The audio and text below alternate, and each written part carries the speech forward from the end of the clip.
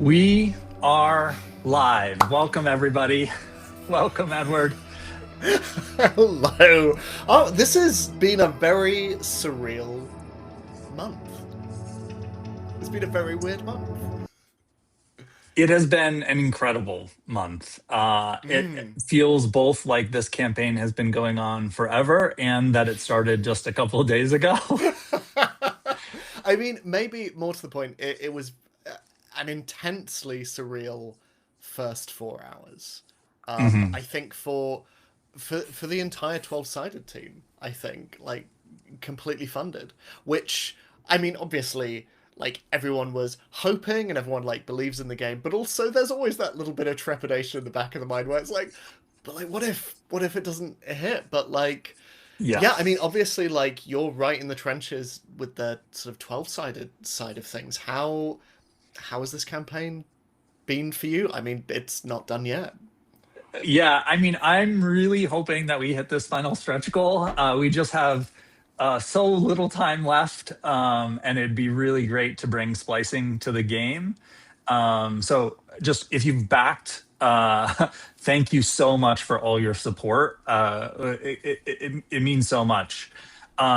If you can upgrade your pledge, or you want to play in person, you can add an add-on and you can play at Ed's table remotely or even in person to push us over the edge for this final push would be incredible. Um, Well, I guess, like, to give a little bit of context towards what that stretch goal actually is.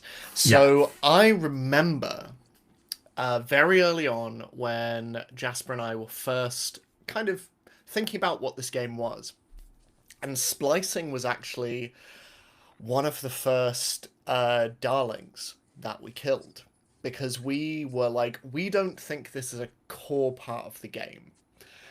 And Jasper might correct me when he joined us, but I remember for Jasper, he was always a little bit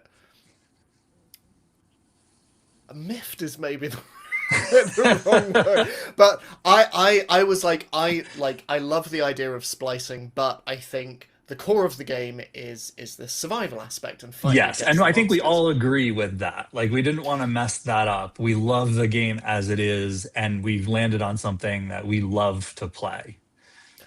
But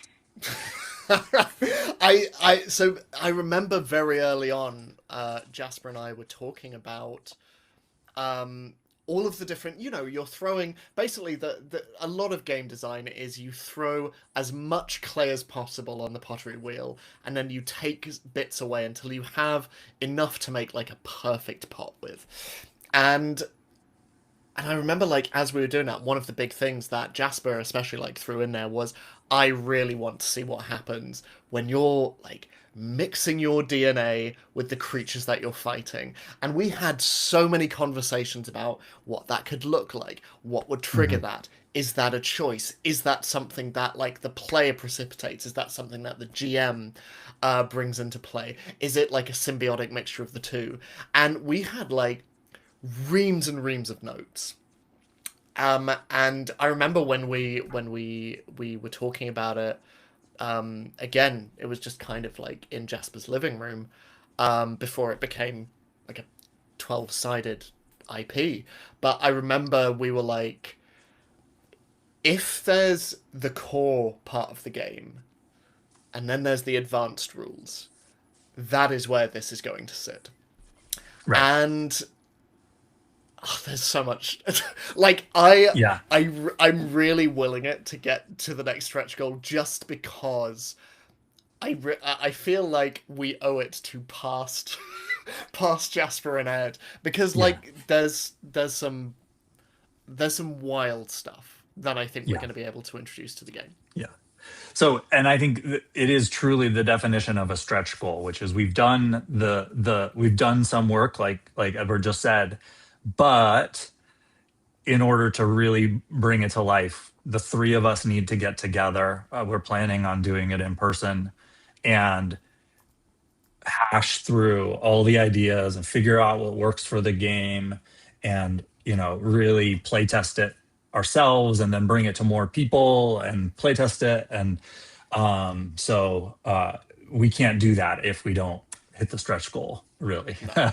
No, So when I say reams of notes, I'm being very I'm being very general. yeah. It's sort of like I was sort of out of curiosity because this whole process has also been quite nostalgic, where I'm remembering like over 2 years ago now when this all started. And I was looking back through some of those old notes kind of out of curiosity. And some of them are just like shell D4 and I'm like I don't know what that means. Like, I think Yeah. I remember. But yeah, no, I would be thrilled. I'd be thrilled. And there's still time. There's still time. Yeah. Yeah. If you're watching and like a friend who hasn't like backed the campaign yet, why not? That's what I was It's gonna strong say. up We a got some bit. people saying in chat that they've done all they can afford, and we truly appreciate it. So I guess the next thing would be to share it with somebody and say, hey, even if you can just do the digital, every little bit at this point gets us closer and closer to that goal. And so even just telling a friend would be much more appreciated. We are going to be joined by Jasper. Jasper is just trying to put his little one down to bed and is delayed. So we'll be joined by Jasper as soon as possible. So expect him to pop in soon. And when he joins, we're planning on creating some brand new character, Force of Extinction characters together, and rolling for a settlement and all that good stuff. So and so if you've got ideas that you want to share in the chat for what our characters should be, or what archetypes we should do, or even ideas, we tend to randomly roll for the settlement. But if you've got any ideas, drop them in the chat too. I'm just laughing because Lavender Carla in the chat says my friends are already getting annoyed with me.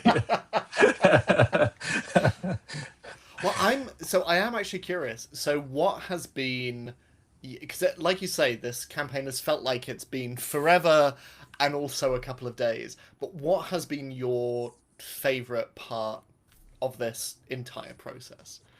Like in terms of like content, in terms of like response, in terms of, I mean, also you're kind of one Mm. of the only people who knows the current results. I mean, they're not finalized as well because it's still going to be an hour after the campaign closes. But you're the only one with your hand on the pulse of how the voting is going for the extra class as well. Well, the scientist is in the lead right now by a Really? fairly healthy margin, and so Okay. unless people back and change and vote differently, I think we're headed towards the scientist being the new archetype. Which would go hand in hand with our next stretch goal. I'm gonna Yeah, say. yeah, yeah. I think it was that we were seeing that in the chat too. People were saying, "Oh, scientist plus splicing. That's where it's at." So but to answer your other yeah. question, the thing that has been, we did the in studio actual play, um, filmed that a little while ago. Uh, I loved being able to bring that into the world for people as part of the campaign, but I've also really loved that we were able to connect with these other groups and run it for them and help bring those. I just think not only has that been great for the campaign, but it's actually formed new relationships that we didn't have before with people and with groups, and been a great excuse to meet new people, run this great game with them, and then have them share it with the people that they run it with. And it's not just, I'm not even talking about the big ones that have come out. There's been other ones that I've just run as playtesting for people that I've just been doing for like press and creators that have resulted in articles being written. But just bringing people together to play this game has just been really, really enjoyable. And now I've started to, keep in touch with some of them and that kind of thing. So it's really cool. Creating relationships is nice. Well, it's been so nice as well.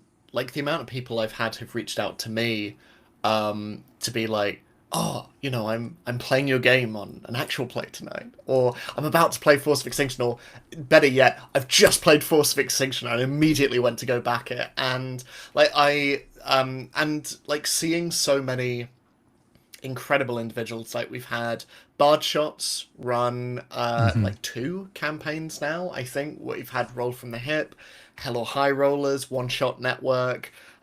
Just seeing the sheer like the passion for the system has been really like very genuinely moving, and then also seeing the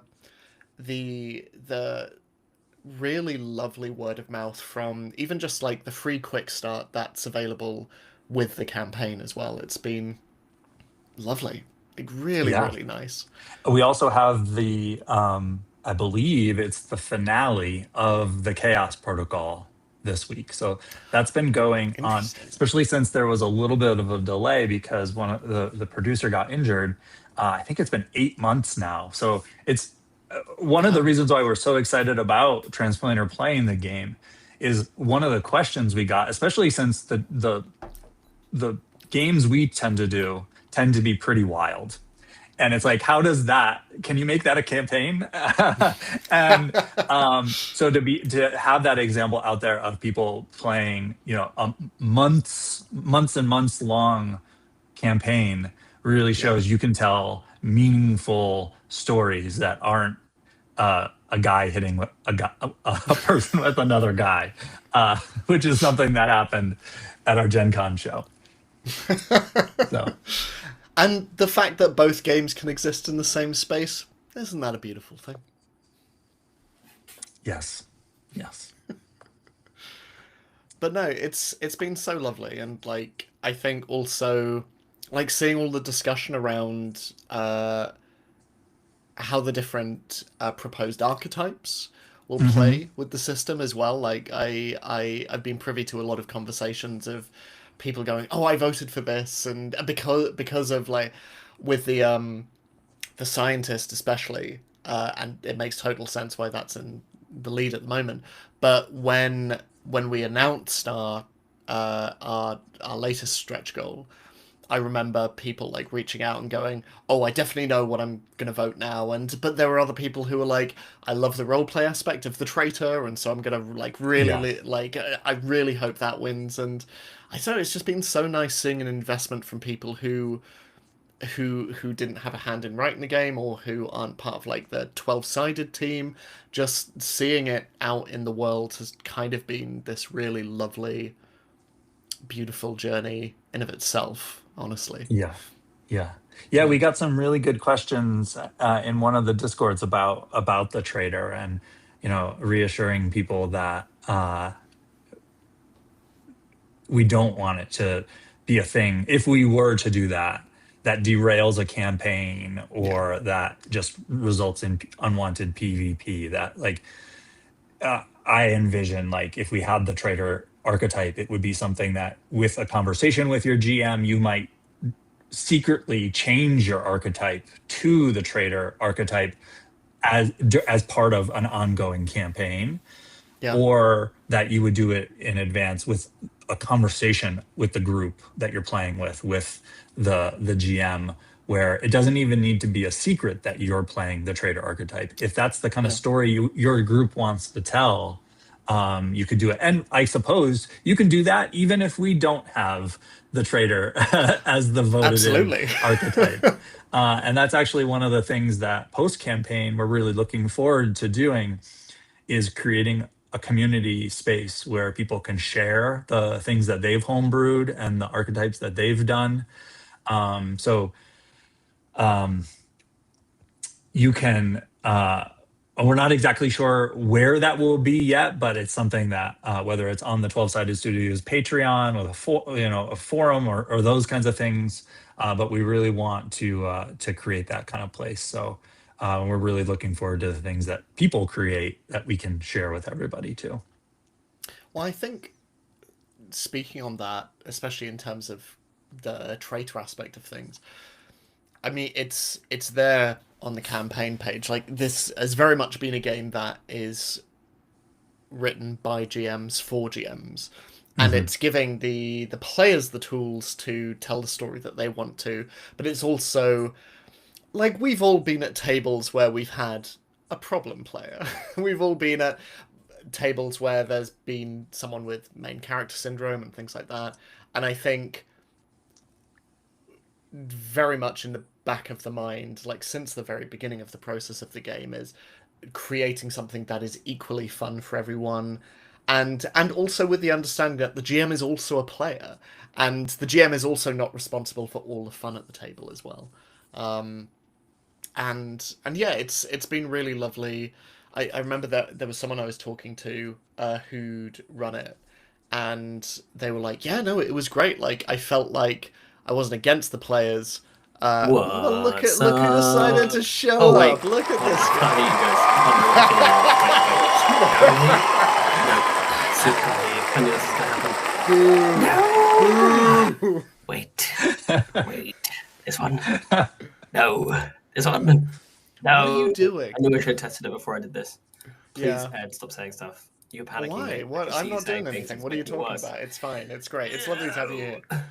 Can you even hear me? I think you can, Yes, right? we can hear can you. hear you. Oh, but you Yeah. can hear me through the wrong I'm mic. just That's why talking my over you thing's not- my obtusely, thing's just yeah. not working. Hold on.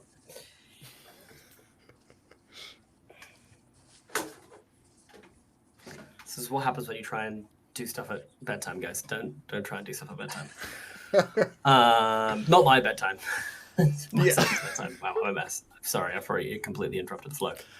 You're so good. We were just reflecting on what is your favourite You were just saying something. moment of the campaign No, been. no idea. Right, I'm going to leave and come You back. can't hear- 2 seconds. you Bye. Okay, cool. You can't hear us? Amazing. Brilliant. I'm going to assume Jasper's answer is doing Hot Ones. I think that was his favourite moment. Yeah. Yeah. Awful. The worst. It was horrible. If you're watching the stream and you haven't seen Sauce of Extinction, where Edward and Jasper did the Hot Ones challenge, definitely check it out later. I'm sure we'll chat about it. I can't hear you. You can't hear us. Come on. Come on, man. What's going on? I quite like the idea of doing There you are. There Okay. I am. Finally. Does that mean you Hi. couldn't hear the cheering that happened when you joined? No, I could not hear any cheering. Oh, I thought that was Jasper doing it. No, I did it. I hit on the soundboard cheering when you joined. Hilarious. Hi, everyone. Hello. I made a sign, but it's unfortunately I did it and then it's backwards now. So I want to see if you can figure out what it says. No, we can. It's not we can backwards for read me. Oh, is it not Yeah. backwards for you? Oh, okay, Yeah. perfect. It's just showing backwards for me for some reason. Huh? What do you think, It you says cowards? splicing at that. 45. What do you think, you cowards? We were just reflecting favorite moment of the campaign so far. What's yours been? Ooh, of the And Backerkit is it campaign? eating a hot chicken wing? No, that's my least Oh. favorite moment. Weird. Huh. Yeah. Not least because like I've had like such little. I feel like that's the thing I want people to know me from, and like, and that just really hasn't been the case yet. So it's a real kind of low point for me. Like until people come up to me and goes, "Oh, you're the guy from that one random video where you ate a chicken wing." I think I'm gonna regret that video. You know what I mean? Yeah. Like I don't think it did enough to warrant me being as sad as I was. I'll be so real. I've been thinking about doing it again, honestly. No, you haven't. And I have. the reason is, I'll be honest, I did enjoy it in as far as it was a fun experience to have with you, my friend. Right? Sure, yeah. But like if you ever suggest it again, I'll punch you in the throat. Anyway, I don't know my favorite moment of the I think it's probably going to be it's probably just going to be like that initial like moment, right? Of like fun, like actually funding, because I really genuinely was like, we might not, and that's okay. We're going to do our best. You know? And so I think just like the faith that people showed, and then like the fact, and maybe I think my favorite one is to come, because I think it will be fulfillment day. Like I think it will be the day where like, you know, the books been printed and is now being shipped out to people, because I just think that like it's going to be really crazy when people actually have this like in their hands and they're like, we can play this game, and it's a game that like we made, and that's crazy. Yeah. You know? So yeah, those are 2 moments for me. What did you guys say? I said bringing in all the people who've played it, and it's not, and the new relationships we've created from that, from the hip and the Heller High Rollers, but also just the press and creators that I was running the game for, who then wrote articles or brought it back to their shows. Just, and then we've genuinely created new, meaningful relationships from just playing this game. So that's been really special. Yeah, actually, I would probably add, Hello High Rollers to that. I had such a great time running for those guys, and you know, it ended up watching the first England game with them after the recording, which was a lovely little, you know, a lovely little moment. And again, yeah, you're absolutely right. Like, wouldn't have happened without this awesome game. So yeah, great shout. What did you say, Ed? Or have you not gone yet?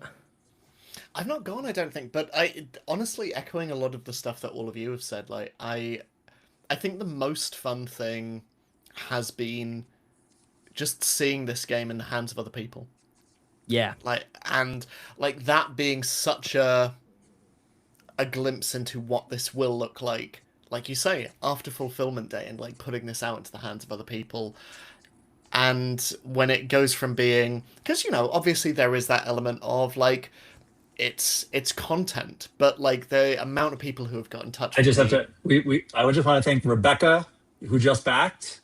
Yeah. Thank you. Hey, thank you, Rebecca. Rebecca. And like I said, you know, even if you just back at the basic hardback level, every little bit counts now. So thank you, Rebecca. We appreciate it. Rebecca, you rule. Sorry, I just felt like I needed to shout it out. No. We're shouting at everyone in this last stream. But yeah, no, and like I think what was I saying? I can't remember. It's just really lovely seeing people play the game and knowing that will hopefully continue for a long time after the campaign's done as well. Just amazing. I can't say like too much, but like Chad and I had a meeting a couple days ago where we spoke about like what, like we were like, oh, I wonder what like is next for, you know, Force of Extinction, like now, because it's like such a big culmination. And I was like, oh yeah, like it's gonna carry on being a thing. It's not done. It's not done. Like, as much as I think for all of our psyches, we might want it to be not like done, but just like, you know, it's like it like these crowdfunding campaigns are so intense, and I don't know what I'm gonna do when I don't have something to like check every 5 minutes. You know, for like a month. Stressed about. Yeah, to get real. I don't know about you guys. I can't believe it's only been a month. Like, I really feel like I've lived about 6 lifetimes in the last month, and I'm quite confused as to how it's only been a month. At least 3 of those was in those first 4 hours, I feel. Yeah. Yeah. Yeah. At least. Yeah. At least. Yeah. No. I'm pretty excited about like just thinking about the concept of Force Extinction. The fact this is just like the start of this very exciting kind of journey and road for us, you know, and also it's like a pretty cool, you know, moment I think for you and me, Ed. Like, this is the first thing that we ever like worked on together, and I think for it to come to fruition in this way is pretty epic. So yeah, man. Well, before you came on, we were sort of talking about how splicing was kind of the first darling that we killed. Yes. And sort of out of we just got another pledge. Someone upgraded their pledge. Woo! So thank you very much, Miss MSXY. MSXY, come on now. Those are my favorite letters. We've got a train going. I was about to speak something into existence, which we absolutely can't do. I was like, hey guys, what if we just stay on the live stream the whole time there's a train? But then I was like, I don't want the internet to keep us on here for 4 days. But then maybe I do. I don't know. maybe that's actually okay. I think we've got some like chicken wings somewhere. We can do that while we stay on. If we in the next half an hour hit 50K, then I will go and do another chicken wing. Like, I there's will no uni- That's not travel gonna happen. to It's just you. not gonna happen. There's no way it's gonna happen. But like, absolutely call my bluff, because I will go and in fact, I won't even do a chicken wing. I'll just do a spoonful of that terra sauce. But it's not gonna happen, so it's fine. It's not gonna happen. Okay, internet, you need to make that happen now. Yeah, you really do. Everybody Chad go can't tell. do I don't have it with. I don't have any with me. You're the only So one. I guess I'm the Jasper only has to do it. Yeah. I mean, I could like eat raw chili flakes. I think that's the only thing I have in the But it's house. not gonna happen though, so it's fine. There's no point in us making any plans. Chad's already drinking water. He's just like in his cycle right now. He's thinking about hot stuff. I was toying with the idea of just staying on the stream until the end, but it is 4 hours away. 4 hours. I will 100% say though, if we did get close to 50, like I would 100% jump back on, like for sure. 'Cause that would be crazy if we did that. But we won't, right? We couldn't. Why 45 on your whiteboard? Well, because we're close to 45. I think we'll hit 45. Is my thinking. Oh, And I okay, want to yeah, and I no, want to think- do splicing. That's why. Oh, so you're I was being you cheeky want and to being like, change guys, the right? guys, Okay. you know what I mean? Because I'm gonna be I'm gonna be pissed if splicing isn't in the book. So I was saying this earlier. I was looking through, for nostalgia's sake, I was looking through some of the old notes for splicing, and one of them was literally just shell D4 question mark. Dude, that's the one I keep telling whenever I give an example, don't I, Chad? Every time I give an example about splicing, I always say, you get kicked into a building, and then your spine breaks, and then a shell forms around your back. But now you can't move the same way you used to move, but you have a shell. So it's literally the example. Because I'm not joking. That's literally one of the visuals that I've had in my head since way back when first came up with the idea of this game. Was a dude getting kicked into a building and then he just comes out the rubble like, ugh. But now he has a tortoise shell. Okay, so we've uncovered the meaning of your note. That's exactly. I guess the reason. next stage is we approach IDW and go, look, Jasper has a real sick idea for a Teenage Mutant Ninja Turtles Crossover. RPG. It's basically just 4 regular dudes and 1 regular old dude becoming a turtle and a rat. And by 4 the of them end have the been kicked campaign. into a building. 4 of them have been kicked into the building, and 1 of them has his nose broken several times.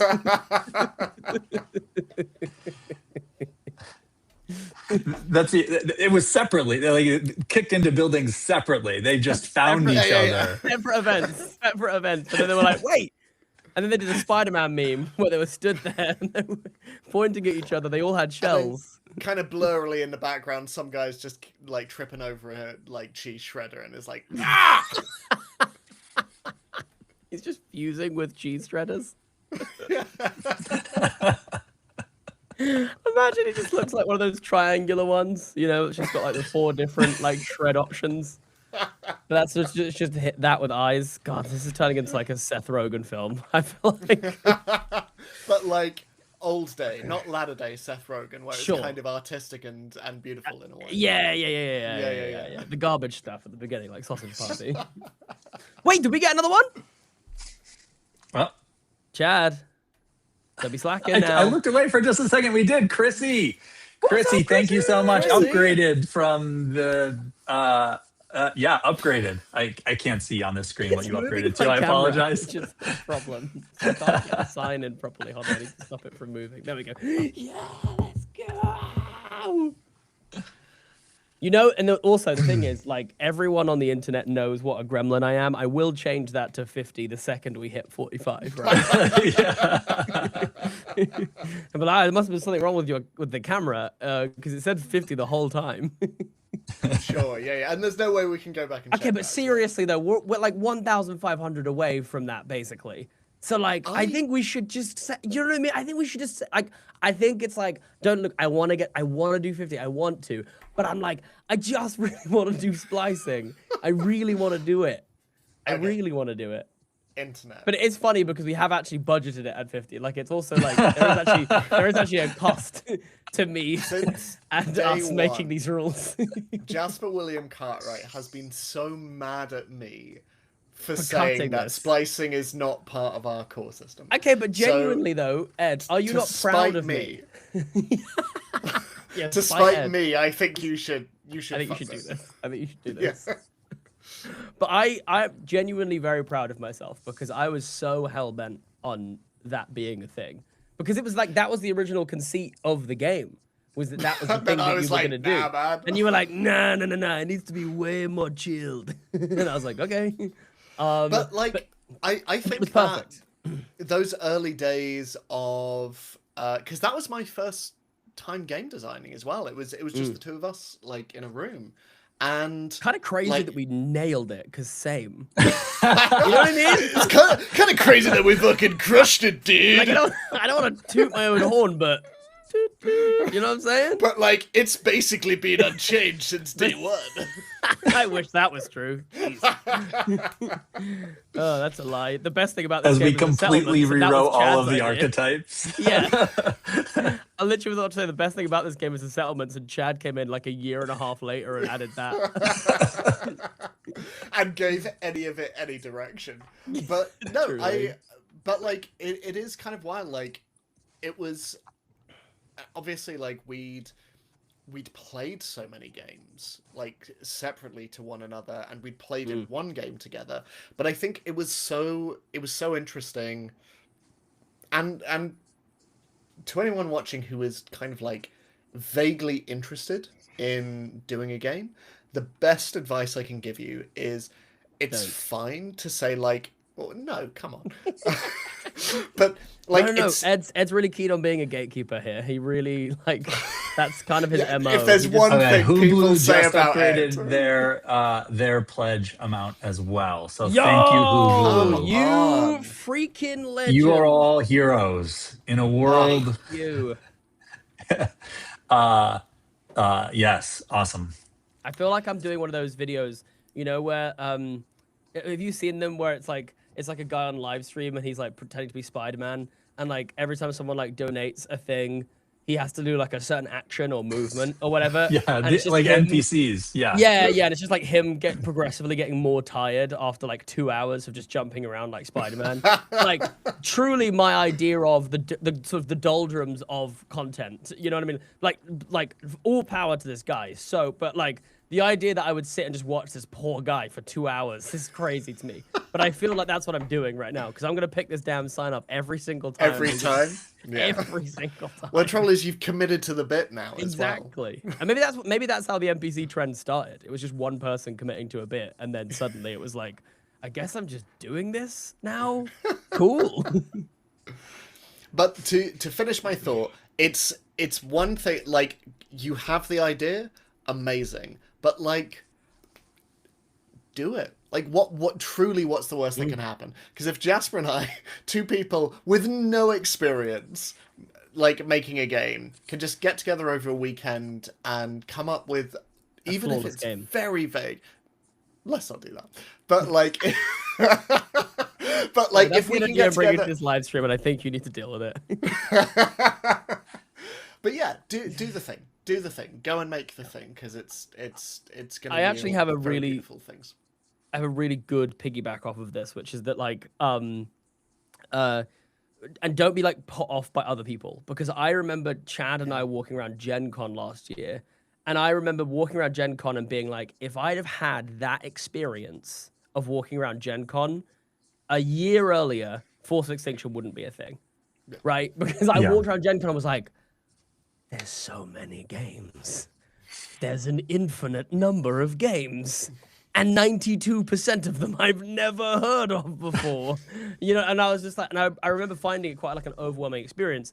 But then you sort of cut forward to almost a year on, and we've managed to raise $43,000, which is insane, for this game that like over 260 odd people have now purchased. Like, that's crazy. Like, and I think that's like a perfect illustration as to why you should just do the thing, even if you have all these, even if there's like a million reasons in your head where you're like, oh, but it's kind of like this or da da da. Because it's like, I think people often forget in the very kind of commercial world, and obviously we're very, very lucky that we have certain avenues that have allowed us to do, what we've done here. But like, ultimately, like the pursuit of making a thing is valid. Like, do you know what I mean? Like, even if that's the only reason that you make a game is just to make a game, that's also like freaking awesome. Me and Ed, I promise you, did not think we would be here when that weekend. No. We were just dicking about. Like, I promise you, like, if I was to really be true in my soul, we were just messing about. But I can't tell you how many times I've done that, like Chad and I did a creative retreat, and like out of those ideas, like I don't think any of them have like fully come to fruition, but we learned like so much in that process, and like there's so many things that have then spilled into other things. There's so many like parts that we've then sort of deconstructed and put into this thing and that thing, So it's just like I just think any pursuit like that is absolutely worth it, and you should absolutely pursue it. Unless it's just like a really horrible idea where you're going to recreate Studio Ghibli style stuff with AI, in which case maybe don't. In which case, just don't do that. In which case, don't do it. In which case, don't do it. Because don't do it. There's a really lovely comment from XX Terra Aqua Ventus XX saying One more time. all That sounds like a Vin Diesel movie. XX Terra Aqua Ventus XX. That all the actual plays have been so different from each other, and it's so funny to see, for example, what kind of tools people have been cooking up and how they can be useful during the session. And I think that's a testament to, and you were saying it earlier, Chad, as well, like sort of seeing the breadth of the way that people are using the system and kind of using it to tell very different stories. And I don't know, it's been very, very special, I think. Yeah, it's been amazing. And I think that like even just like getting to play it in a sort of more sort of fulfilled situation, like one of the things that I think I was kind of worried about in the first iterants was like, oh, is it going to support like long-term gameplay? And every single one that I've run like recently, it's been like, please can we do a second one? Like, please can we do, like, do you know what I mean? Like, I really want to find out what the next thing, like, what the next installment is or whatever. Like, I'm convinced we'll end up doing a Roll from the Hip, Force of Extinction Part 2.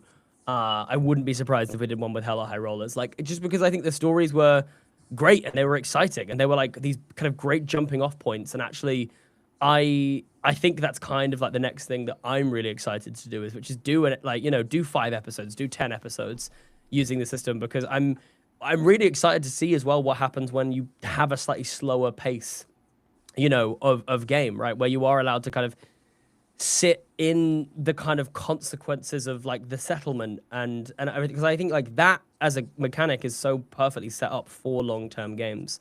And I'm really excited to see how people will, feel the consequences of like burning through these resources and getting to a point where, food's now running low back at your settlement. I was watching Silo. I don't know if you've seen that on Apple, and I was like, this is a perfect FOE game, yo. Just because it's like, so much of what that is about like, how they like recycle and like kind of reimagine these silos. And what I find really interesting is in season 2, which I'm watching at the moment, and I won't spoil anything, but like it digs into like the history and the sort of cyclical nature. And I'm like, I could easily imagine you doing a multi-generational game of Force of Extinction, right? Yes. Where you're following the same physical location, in the world, but you're seeing it over like 200 years or 300 years or something, where it's like new people, completely new camps and stuff are like taking over. Like, I love the idea that maybe you have a rule of like, if we lose the settlement to a rival gang, we now play the rival gang and we like take over as their, do you know what I mean, from their perspective? Because I do think that's such an interesting thing that like, and I know I've said this, I've banged on about this lots of times, but like, that's the thing I love about post-apocalypse is like, I truly don't think there are bad guys in the post-apocalypse. It's just like, there is like shitty people, and then there is like, people that are trying really hard and, usually, but like, I feel like the kind of the morality of society is gone, right? It's just like, it's kind of insane to suggest like, oh, you should hold the door open for someone. It's like, are you, sorry, pardon? I just saw my dude get eaten, he got half of him got eaten, and I saw his guts. I shouldn't see that.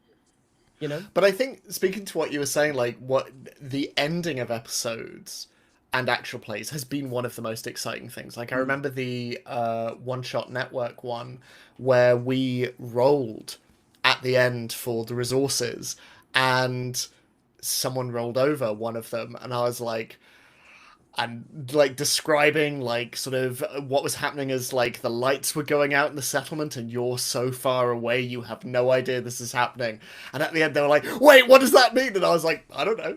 I don't know yet, you know, and because we'll find out next time. But yeah, I think it's such a incredible narrative hook at the end of each session to go, oh, and then there is this thing waiting for you. It's just so fun. Yeah, and you don't have to use these things, but I'm really like, they're there for that, and it makes your sessions episodic and drives the story forward in a way where like maybe you're just not sure where it goes, but then you roll and there's a consequence, and you have a consequence of the settlement now, and that is an inciting event that is ending on a cliffhanger that starts the next session with a strong start.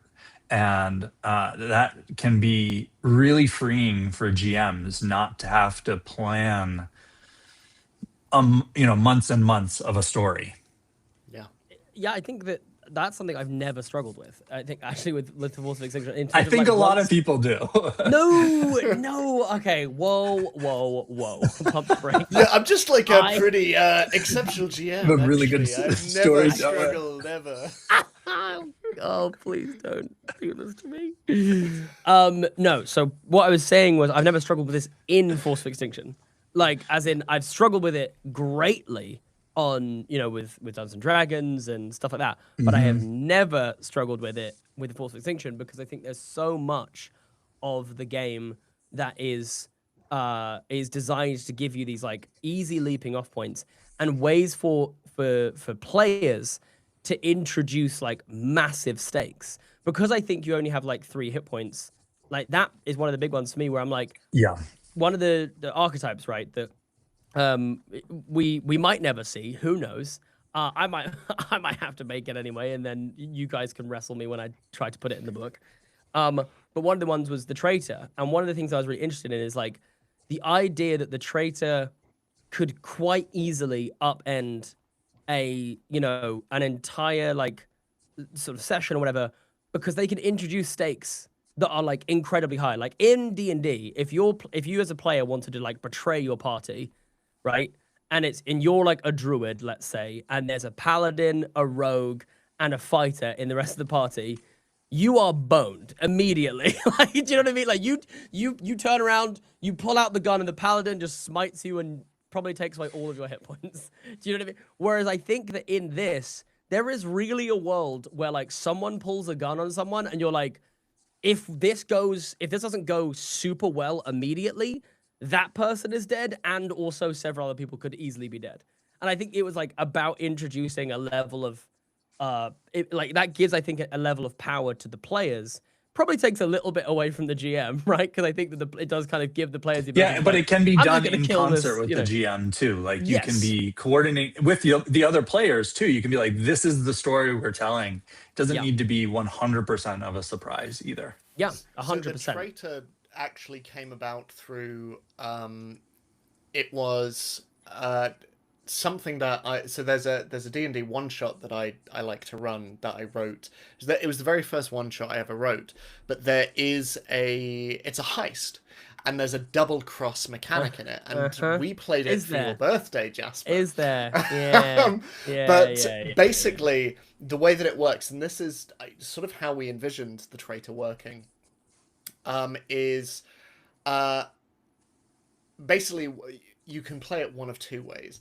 The GM, either a player can say to the GM, I would like to be a traitor, and at the start and you kind of do a general overview with your group and go, is everyone happy to have a traitor at this table?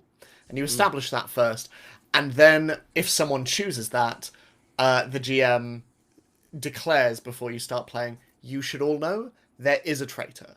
I'm not going to tell you who it is, but there is a traitor. But the other way that you can do it, and that's the way that we did it, was the GM hands out pieces of paper and is like, one of you has the word traitor written on, and you get to keep that from it. I don't even know who it is. Of course, when we played, I played a little trick on everyone, and everyone said traitor. So, That's So we all hilarious. started killing each other on my birthday. It was great. it was a lot of fun, and then we followed it up with a game of Alien, which was horrible. But yeah. So like, obviously, there are tools to make that a safe experience for everyone. And also just a very fun one, like, especially because when Jasper and I were chatting about it, like, one of the tropes of post-apocalyptic things is just the scumbag traitor who just like leaves everyone to die, and then they get a really grisly death, and there's always something very fun about that as well. Yeah, and I think I was thinking about the Walking Dead a lot, right? And one of the things that I really wanted to when I was thinking about like doing a long-term campaign in this world, I was like, I really think I want to like, you know, I would love to, if I was doing a weekly campaign, I would like make my players I would like, let's say we got to like the end of a session or the end of a night, I would absolutely make my players tell me exactly what they're doing as like a nightly routine. Because like, that's one of my favorite things about The Walking Dead, right? Is that like, everything is going super fine, super well, and then like one dude just doesn't quite latch the door properly, and they're fucked. You know what I mean? Like, that's literally one of my favorite like. Oh, they didn't check the fence. Sorry, you know. And I'm like, I've always been kind of fascinated by like, you know, that. But then obviously, you know, you add in that you've got these like classic like larger than life villains, right? Within post-apocalyptic settings, right? These truly like, you know, people who think they are just like beyond reproach because there is no like, you know, because there is no sort of established moral compass. And I love the idea of getting to like chew the scenery at the table as you've managed to take your like the rest of your party hostage as you're waiting for, you know, your backup or whatever to come, and you know you've got the only assault rifle in the, you know, in the complex, and they're all tied to chairs, and that's awesome. Like, you can't do that in any other game. That'd be dope. Okay, we probably shouldn't be like game designing on like live on air, but immediately I'm thinking like the third tier of that archetype would be at any point you can betray your team, but at the end of the session you will die. So like you can trigger that, but like you can like absolutely screw your group over. Take narrative control. But you are pulling the trigger on yourself as well, because that's the natural way that ends. It is this nice, look, I'm screwing the rest of you over, but it's going to be really funny when I think you should. There's actually, I think there's like one where you go, but like you will no longer like, like depending on how it goes, whether like you don't have control of the character or like you have to roll a nat 1 at the end of the session, otherwise you're dead. Because how painful is that going to be for the rest of the table? But how incredible a moment if that traitor screws everyone over. Boom, nat 1. Looks like you're my party now. And then it's just you know, it's just the rest of the party just planning an uprising against your tyrannous friend, who would probably welcome death by the time that it does actually come. Yeah. Should we create some characters? Hell yeah. Oh, that's a cool idea. Well, I already have my character name, right, Jasper? Oh. Oh, yes! That's awesome. What is it? Chadrick Salad? Is that what it was? Yes, Chadrick Salad. Yes, that is your name, Chadrick Salad. We're looking at the chat, so if you've got ideas for character names or traits or whatever, drop them in there. Chadrick Salad. Chadrick Salad.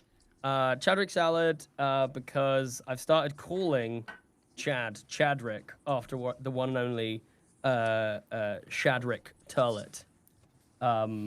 Because Shad and Chad are pretty close, and I was like, oh, that's pretty cool, actually. That kind of works. And I don't know if Chad likes it. I haven't really asked. Sorry, I'm just writing my. I'm gonna put mine on the whiteboard. What I've just left Oh, on this unruly whiteboard. Yeah, I'm getting just my typing mine up. pencil and paper. So Oh, I know what I'm gonna do. Okay, I'm gonna pick. You.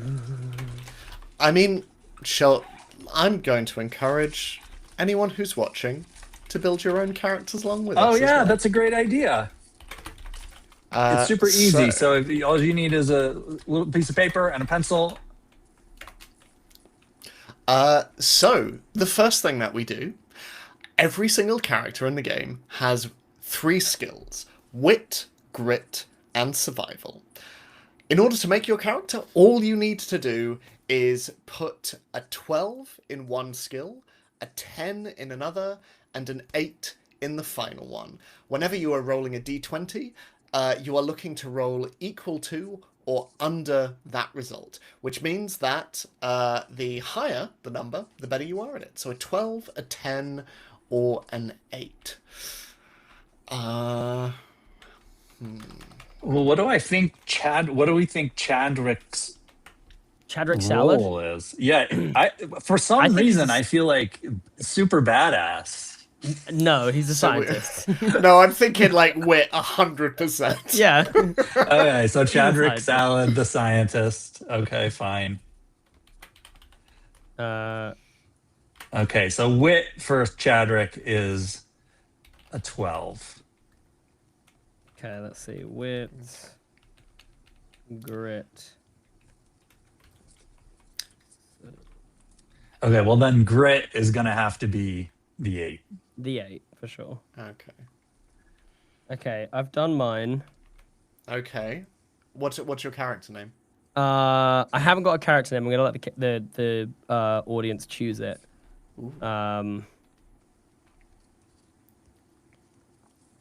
If you're going with scientist, Chad, shall I go with the other new archetype?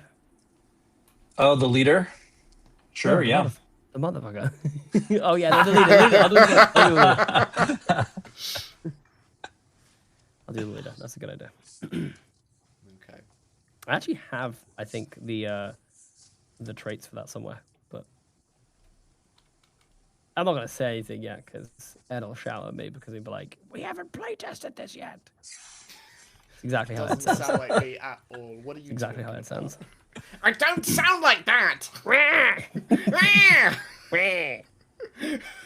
Wow, Ed.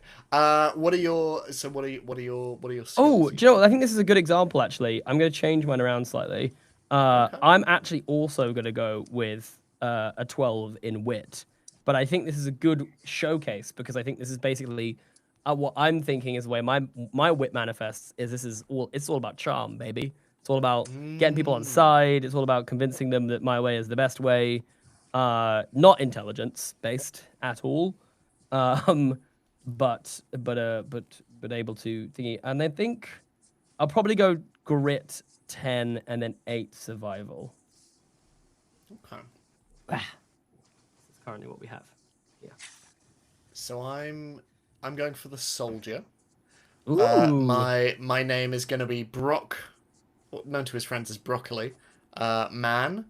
I feel like you should be like you could go with like Brockenheimer, and it's like a little nod to the apocalypse. I like that, Brockenheimer. Well, actually, if you think about it, guys, right, a post-apocalypse where all of the plant life has rapidly evolved, that could be, Brockenheimer's actually it's pretty close, actually. I think he's got some like infected broccoli spores in him, and they're like that he thinks he's getting real muscly in the apocalypse, and it's just spores like has swelling. He already been under the resuscitated skin. like 3 times? Like he's 100%, and he's like, dude, I'm fine. I'm good. So I'm gonna give him a wit of 8. Feels about right. Chadrick is like, I don't think you're fine. No, I'm good. I eat my greens, bud. It's okay. And survival 10, I reckon. So yeah. Did you say the last name was Man? Yeah. Were you going for Broccoli Man? Is that what you're... Look, maybe. Look, it's late. I'm not that. Okay, I've gone with Imperator Doug. Ooh. Just to be clear, that wasn't supposed to be serious. As in, his role is Imperator, but his name is Doug. Oh, okay. He was Imperit, and then he got resurrected, and now he's Imperator. He's a little bit more Imperit. He'll be Imperit 3. Soon enough. I like this. This is tying into the splicing too. So you've spliced with broccoli. Yep. Doug has spliced with a parrot. Doug was actually mute before he spliced with the parrot, and now he's gained the power of speech. Oh, where somebody backed. Woo! I don't know who it is. Ooh, thank you, Knackle. Knackle! Knackle, my favorite name. Is it? Yeah. Okay. It is now. Yeah. Actually, in First this moment, it is actually, Jasper. That's Knackle one is my child. I'm favourite. expecting a Knackle. Knackle Spence. Old Knackle Spence. Old Knackle and Ribs hanging out. Oh my word. Okay. What else do I need to do, Edward Spence? So the next thing we need to do is we need to give ourselves a tool. And that can be anything that we like. Truly anything. It can be a crowbar, it can be a weapon, it can be paperwork, it could be a backpack, whatever you think would assist you in the apocalypse. And then whenever you are making a skill check, because all skill checks are made with a d20, you always start with 1, and then you can add a d20 for any one of the following. If you have a relevant tool, which you are choosing now, if you're being aided by someone, or if you have a situational advantage. So what kind of tool do we think that... I've got the dumbest idea. Might be... If you think you might know the tool for Chadrick, drop it in the chat. We'll see what people come up with. Also, please drop a better one, because what I'm about to say is the dumbest idea for a tool that's ever been given in a Force of Extinction game. And that is, he has a lectern. like carried everywhere? Wait, but it's on wheels like a Segway. So he just leans forward slightly on his lectern, and it's like one of those off-road Segways. But it only works when the surrounding area is slightly downhill. Yeah, it's not a powered Segway. No. There's not enough power for that. Gradually pick it up. Okay, so speed as please, you go. someone suggest something that is better than motorized lectern. Or sorry, lectern with wheels. I mean, my rank 1 ability is I am a weapons expert, so I get a weapon, which means instead Yeah, a of big old adding gun. a d20, I can add a d12. Yeah, what big weapon does chat think I should have? Do we think? Well, Rogue Octopus in the chat said force, and I was like, oh, force powers, okay. And then Yeah. extinction, and I was like, oh, they're just putting the name of the game. Okay, fine. It's the broccoli force. My D12 weapon is force. I think I just punch things real hard. So my tool is my fist. And my word Trillia, is my thank bond. you so much for backing the special edition tier. We really appreciate it. Trillia, thank you so much. Let's go, Trillia. Now I feel like mine needs to begin at least with an O or an E. I'm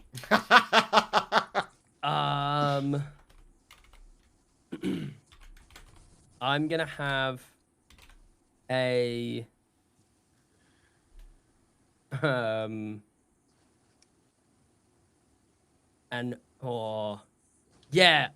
gonna have like An a ore. really yes, I'm gonna have a clump of ore. Oh, I thought you meant like No, I'm gonna have a chunk No. of ore, just which a I've big old tied mineral. a rope round, and I swing it and I hit things with it. But it's also a very precious resource and Chadrick told me that like we should find more of this because we could use it to like power our settlement, but we haven't been able to find any more of it. So I carry it around with me to make sure that we can properly identify it if we should ever find it again. But it's Cool. some crazy like obsidian looking thing. Right, now yours has to begin with an E, Chadrick. Just an E? No, okay, an E. Otherwise, I'm carrying around an Orf. I'm having to incorporate all of the...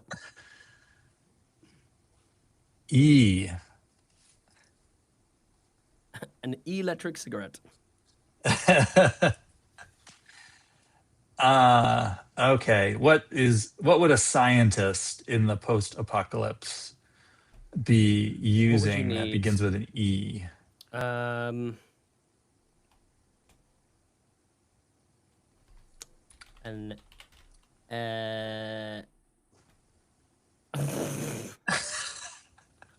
I just keep thinking of the dumbest things. Okay, let's hear your dumb Only idea. the only word that came into my head was escalator, and I was like, I don't know how you use that. Literally, the only medical thing that's come to is epidural, and I'm like, it can't be that. It can't be that. Electroscope. Woob says electroscope. Oh, that's not bad. Yeah, electroscope. Egg timer. Dude, you should just have equipment. Equipment, yeah. Okay, let's go with electroscope. Thank you, Woobs. Let's see. Electroscope. I don't actually know what an electroscope does, so I'm Googling it.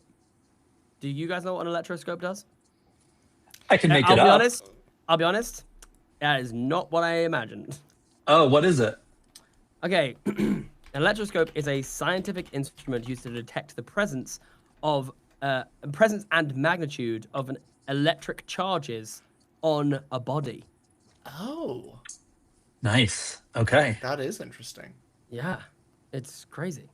But essentially, you can make one yourself. All you need is a jar or clear plastic bottle, a conductor, which is a thick copper wire bent into a spiral or hook, leaves, two strips of aluminium foil suspended from the hook, and then some sort of insulator, which is foam, sponge, plastic stopper to hold the copper in place. So there you go. You basically just got a little jar. You could also just make anything up and call it an electroscope. Like I have an electro gun. Yeah. I'm going to reverse the power of my electroscope to electrocute you. Well, if you're measuring the sort of power in your own body, then that's, I guess, theoretically, possible. Jade just backed the digital only tier. We appreciate every little bit counts. Jade, thank you so much. Oh, my favorite name. Who? Yeah. What was the name? Jade. Well, yeah, actually, that's one of my favorite names. Pretty great name. Yeah, it's a pretty great name. My two children, Jade and Knackle. I don't know how I would feel about you naming one of your kids after my wife.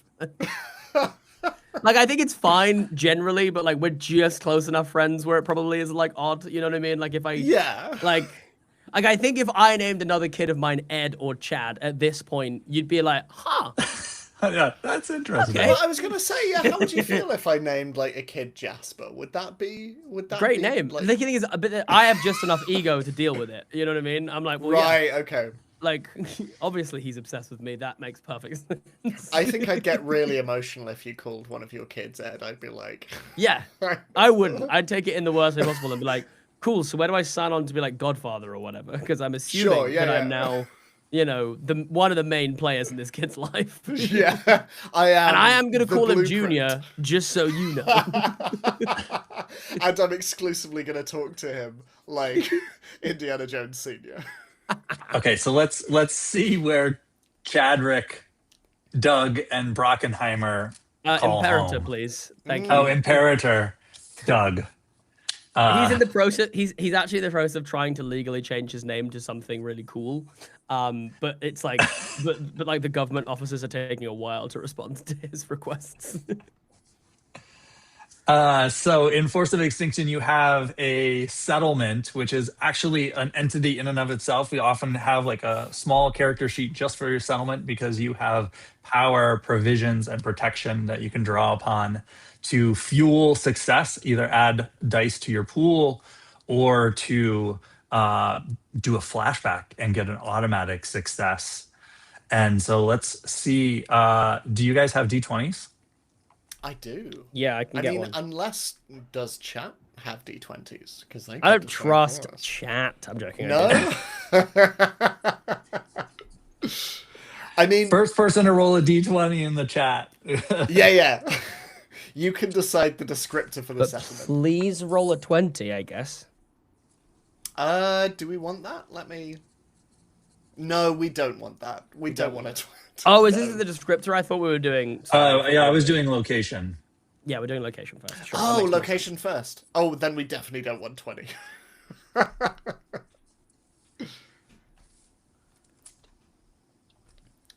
Dun, Oh, dun, dun. okay. I'm gonna count to 10, and if we've not had a roll in chat. Oh, roll a 16! And a Okay. 13. Okay, so 16 for Okay, location, 16 and 13 for 13. descriptor? Yep. So you said 13 for descriptor? Yeah. Oh, Yes. Okay.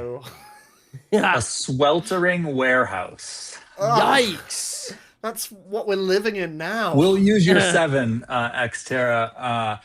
Our power level is at a 7 in this sweltering warehouse.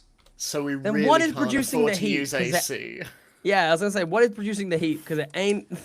It ain't the Ooh, machines. Rogue Octopus got a nat 1. So our provisions Hey! are at a 1.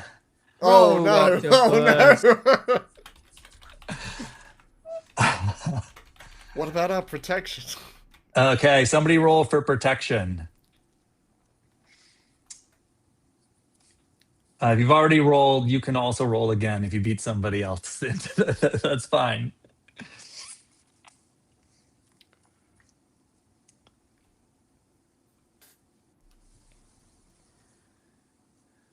Roll a 13. This is where the You roll a delay on the live stream gets in the way. They're gonna roll a 18. Okay, our protection is at an 18, which is very good. It's useful for me. I can 6. draw on We that can to seal make my ourselves rolls in better. here with all of our food. Chrissy got a nat 20. So there are 20 other people in this warehouse no, besides. we don't have any food. Two Yeah. people are gonna have to starve. Wait, no, way more than that. 19. But 18 people can have guns. Yeah. Oh man, so we something has clearly happened to our provisions. Yeah. Yeah, I would say. Who left the door open and let the big mice get in? I say big mice, actually big mouse. It was just one mouse. and Just it ate one everything. big mouse. And that, folks, that we can start playing now if we wanted to. Right. Because we have our characters, we have our location, we have our settlement. We could just start playing now. That is, with a lot of stopping and starting. That's right, it's me, Doug the Imperator, and I'm ready to get going. Well, that was going to be my Brock voice. Hey, brother Brock. Hey, Imperator. How you doing, brother? My last name is Man, Doug Man, Imperator Doug Man. This is where we do the Predator like. Hey, Oh, where's man. that Chadrick at? I've been here the whole time. Ow! You gotta stop doing that. Why are you around my ankles all the time? That's just how easy it is, folks. That's how easy Yeah. it is. 4 Yeah. hours left. And we've 4 got hours. story hooks and that kind of thing. So even if you didn't have a concrete idea and you just want to jump right in, you just roll on a table and be like, here's the scenario, here's the complication, and you're off to go. I think And so, for example, like in your first session, if these were the characters we had, you'd probably be looking at your provisions and going, well, basically at the end of a session, you roll a d20 for each of your resources, and if you roll over those, bad stuff happens. So you're probably wanting to go in your session, right, we need to get power and we need to get provisions. Those are the things we need to get this session. So let's go somewhere with that. And then the GM has an understanding of like what you're going to be trying to accomplish and can reward you with that as well. But yeah, it's real simple. You can jump straight in, start playing. You can basically improvise the stakes. And I mean, we've not even really touched on the monsters yet, but I mean, Jasper, Well, Chad, did you want to take that? I was gonna jump in and say, well, like the storyline that immediately jumps out with what we have is like we have a ton of protection. So that means to me that we probably go out and do the dumbest thing you can do in Force of Extinction, which is we take some of that protection, we head out into the wasteland, and we do ourselves some monster hunting. Like, you know what I mean? We fell ourselves one beast, and we probably get like a ton of provisions out of that thing. I will say, definitely easier said than done with the mechanics that we've made. But hey, I think with 18, like, I think, you know, we could each, you know, we could I feel like we could barter with the GM and say, if we take away 2, can we get a gun each? Yeah. Right? But then I'm like, okay, now we're on 12. That's fine. 12 That's is, easy. 12's enough. Yeah, 12's enough, and if the other, 17 people, or what are the other 20 people, say it's not enough, then Imperator Doug will tell them that they have to listen to me. Then I'd roll a wit check. I would succeed because I'm awesome, and everyone would be really, really happy. Yeah. Now we've got And guns. that's Force of Extinction, baby. We kill a big mouse. We bring it back, and we live off a mouse for 2 years because it's post-apocalyptic mouse hunt. It's listen. you know, story as old as time. And Ed will be playing the Lee Evans character. Oh, as if there was any other option. any other option. A true staple. Have you seen Mouse Hunt, Chad? That feels like the kind of movie. No, I have did no not idea make what you're it. talking about. Right, so there's a go movie. see that at the cinema. Yeah, this is it's so English, all kind of British coded. I feel like there's no way it made it over the States. Although I'm just double checking. Does it? No, it's got Nathan Lane in, right? Yeah. Wait, are they American? Now I think about it, I don't know. I think You can might tell be. me. But anyway, essentially, it's like they got go to Christopher a Walken house in as well. and essentially imagine Home Alone, but they're trying to get a real life mouse.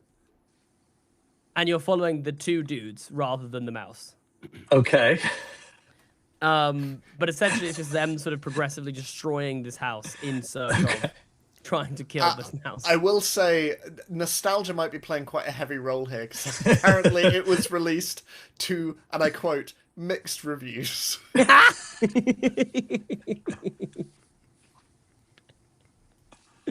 Well, I guess help us get to 50,000, because if we do, me and Ed will sit down and watch. We'll do a commentary. We're making lots of promises here about this 50K mark. We can deliver all of them. It's fine. We'll do a second Hot Ones video while watching Mouse Hunt, and we'll deliver an entire commentary track. That's hell. That is kind of a fun. It's so instantaneously horrific that like I do feel like the conceit of like we're gonna try and do an activity whilst doing it next time. Come on, it's Mousetrap isn't that bad. No, but it would be when coupled with that. Well, you could play Force of Extinction, and when you get like a nat 20, which is bad, you'd have to take. Or a if you take a hit point or something. Yeah. Guys, we gotta hit 50K. We've gotta hit 50K. What are we doing? We swear to you now, we'll do Source of Extinction, but a Part full 2. one-shot. Part 2. Yeah. Well, Yeah. we did joke that if we like raised a silly amount of money that we would go, and this is looking pretty silly to me, that we would take ourselves off on a trip to do the splicing rules and everything. So maybe we do it on the trip. We go somewhere really nice with gorgeous food, and we completely fucking ruin the entire trip. Can you imagine by running a one one-shot? a really lovely restaurant and just producing da bomb and just like pouring it over? and just watching some Italian grandma in the back, just be like, no. You need to leave our country, actually, Yeah. please. Yeah. Oh dear. Well, I'm pretty happy with Imperator Doug, I'll be honest. I feel like it's pretty ominous as well. I'm thinking it's a bit of a, what's that the dude's name from The Walking Dead? I haven't got to that bit in The Walking Dead, so The nobody governor? say anything.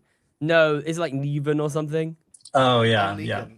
Yeah, Yeah, with the Negan. baseball bat. I feel like that's Imperator Doug, but he's got this big chunk of metal just on the end of a rope. And he just like swings it around, and he's just like, he hits on stuff to intimidate people, you know? Let me tell you something. I'm Shane. Let me tell you something. Oh, sure. No. Sure. That ends great for you. Yeah. Not to get too sidetracked, but I know people who stopped watching the show at that point. It was too much for Really? them. Yeah. To be fair, once the barn scene happened, I was about ready.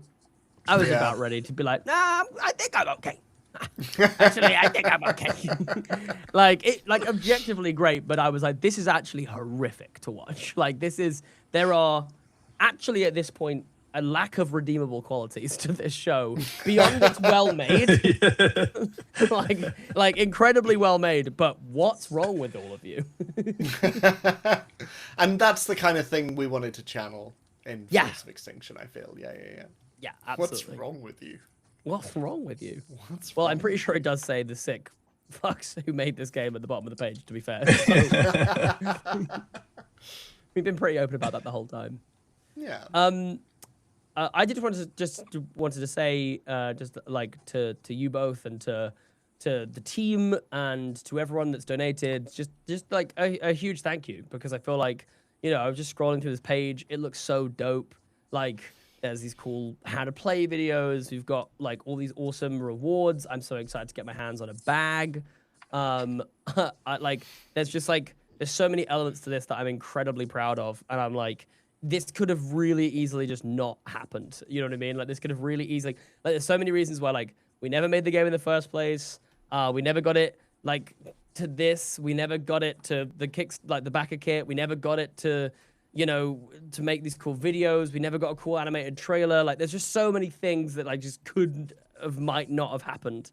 And I think it's just freaking awesome that we're here and that we have achieved this really cool thing. And I think that it cannot go unsaid that like without you people that are watching, because I bet you the people that are watching are the kind of sick freaks that have watched each one of these live streams. So thank you endlessly. I recognize the names. Yeah, Definitely. exactly. So thank you for being one of those, because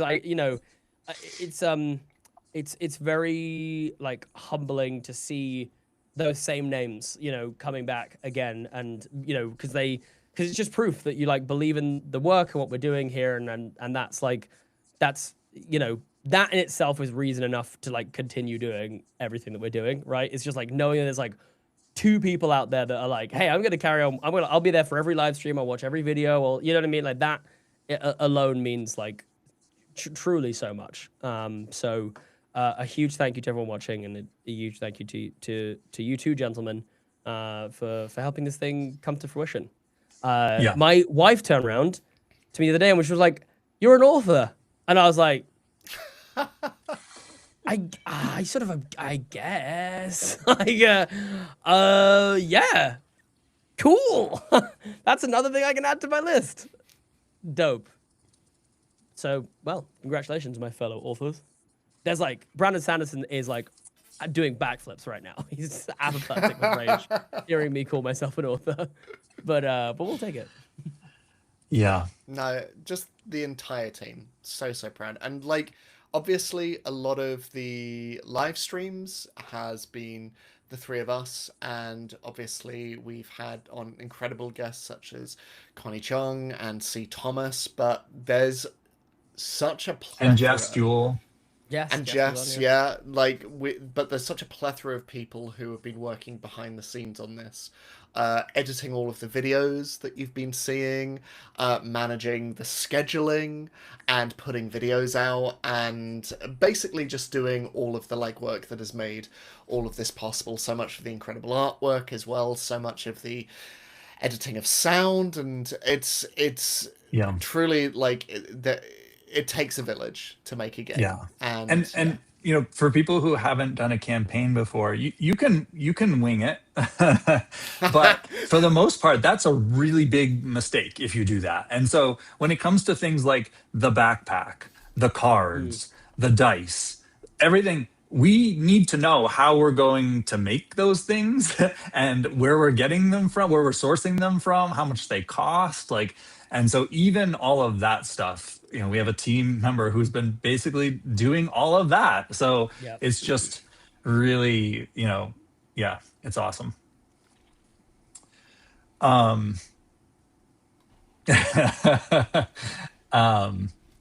It literally, Tali just booked the holiday escape for 2 people and pushed us to 50K.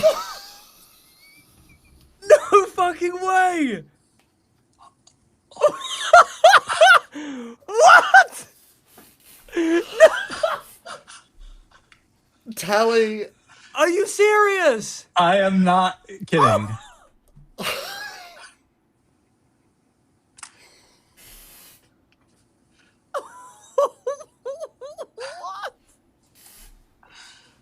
I'm gonna cry. I literally feel like I'm gonna cry. Oh my god. No. Oh my god. There's no way.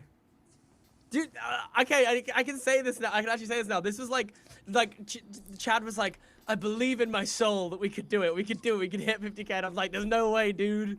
It's just that's insane. Oh my god.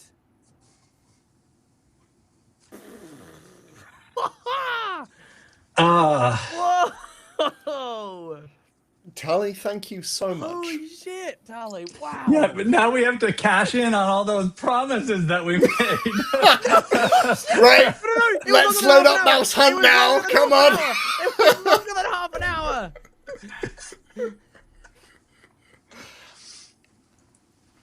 Oh my god, what? Shell D4. LD4. Oh, I get to do splicing rules. Splicing rules, getting together in person and playing Sauce of Extinction 2, where we eat the bomb every time we either. We'll have to decide whether it's hit points or. Because oh no, I can. Oh fuck. No, I think it's funny. I think it's funnier if we have someone else GM for us 3. Because we've never all played together, and I think A, that would be that's really a good nice. point. Yeah. And I think B, what's even funnier is if we have 3 chicken wings, which represent our hit points. That's the perfect way to do it. That's exactly it. We don't have a tick box. We just have chicken wings. I can't tell you guys how I am going to play the biggest coward in that game. I am going to be throwing you in front of everything possible. I'm going to find a way to min-max a character, if that's even possible, and I'm going to use you as a human shield. I really love the idea of you being like, can I put my 10 and 8 in survival, and I just won't have anything in wit. Yeah, I'm good. So I'm always trying to roll equal to or under an 18 in survival. That's my tactic. Oh my, I really can't. That is insane, guys. That is actually insane. I cannot believe what has just happened.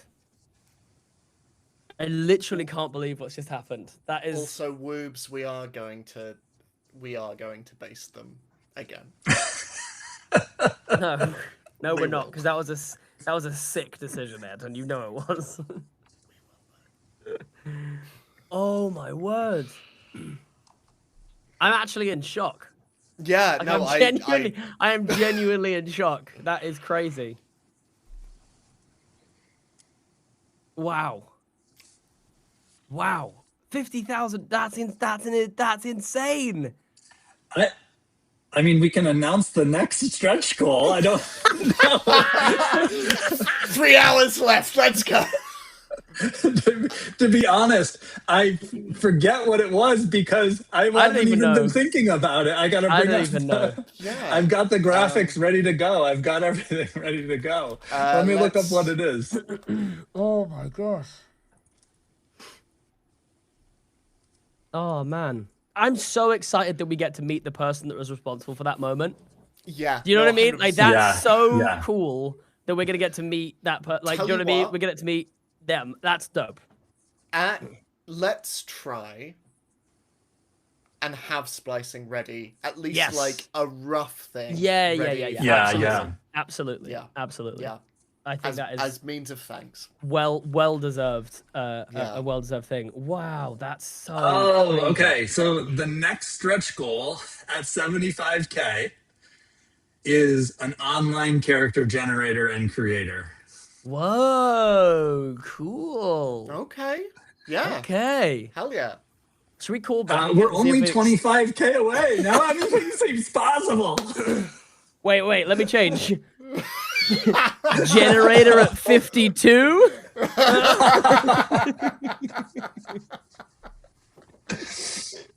Yeah, so the idea behind this is that the game is really lightweight and fast to play.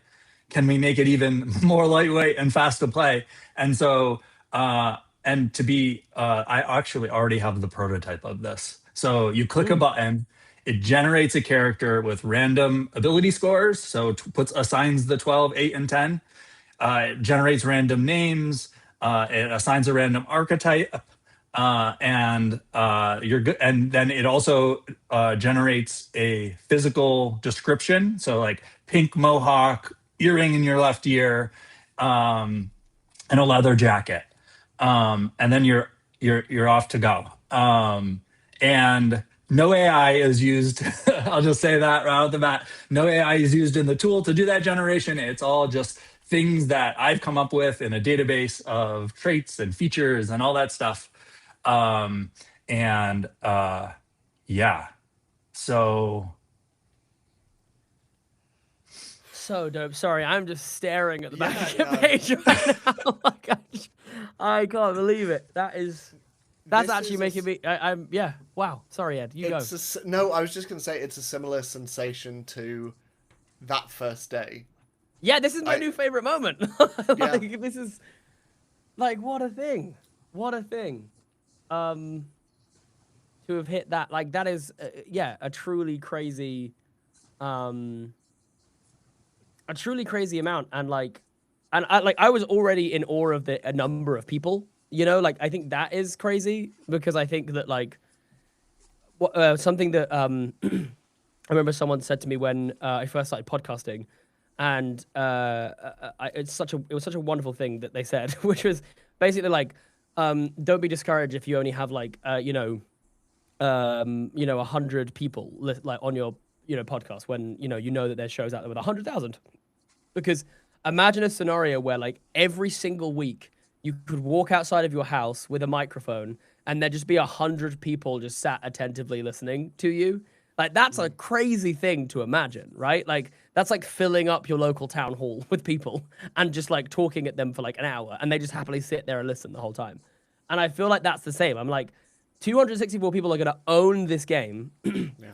I bet you 60 to 70% of these people are GMs. Like I would go as far to say that they are GMs or that they've bought it for a GM. So like actually, if you think about it, this is probably like maybe over 1,000 people who might end up playing, Force of Extinction, and that's just what it fulfills, right? That's like not even, additional people come into it like that. Like this is crazy. Someone's gonna have to regenerate me a body because this one is getting overwhelmed. I agree with the chat. Splice and Spice is also an amazing title. Slice and Spice, baby. That's pretty good. That is pretty good. So, I will say that you're gonna veto this and hate it. We based chicken bits and we put it on a pizza. no. I won't do that to something. No, But- well, I was about to say that I won't do that to something I love, like pizza, but I actually love chicken wings more than pizza. So, What? you know. No, we're already- okay, that's a whole other discussion we need to have at some point. That's wild. Dude, come on. Like, I'm not afraid. I'm not escaping allegations. I get it, right? You know what I mean? I get it. Neither are you. You kind of look like, you know, if someone told me you were Italian, I wouldn't question it. So you I'll take that. love pizza and I love chicken wings. I There we do go. love pizza. We got a good question in the chat from somebody. So the way that this works, I don't know the exact timings, but the card does charge right as the campaign ends. But if the charge fails for some reason, you do have time to fix it. You'll get a notification about it, and there will be some time to fix it. So if for example, like this person said, their card's being funky, they're worried about that. You will have time to fix it. Yeah. On that note, like other logistical things, I'll mention, like just to say it again, like we totally appreciate everyone who's contributed. If you do want to play online with Jasper, Ed, or Connie, and you know it seems like a lot for you, we totally get it. But if you think it's within reach, we do have when you're checking out, you just say the installment plan. You actually spread that over 4 months. So it's $425 to join the online session, but you can split that over 4 months. It doesn't cost anything extra. There's no financing fees. It's just a feature of Backerkit where they charge your card 4 times. They divide it into fourths and they charge your card. I mean, once a honestly, month. do that anyway. Let Backerkit give us the money, and then you can do it all the time. Like, that makes perfect. Why wouldn't you do that? That's great. Oh man, crazy. That was a cool ass moment. I thought you were joking. When you said that, I was like, oh. Well, the chat, I noticed it I was switched away from the window, so the chat said it at first, and I was like, what?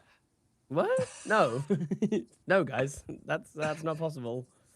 Wow, that's so cool. What a special thing to be able to experience that together. Yeah, that was, and with chat as well. What a lovely thing. God, what a humbling experience this whole thing has been. yeah.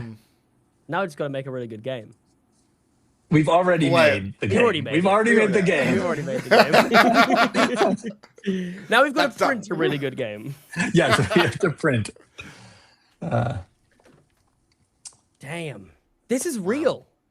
Like, this is actually real. And the only difference I think there's going to be to this cover is it's going to have a little bye, and then it's going to have our names. You know what I mean? Because I think we should do that, right? So excited for the special edition.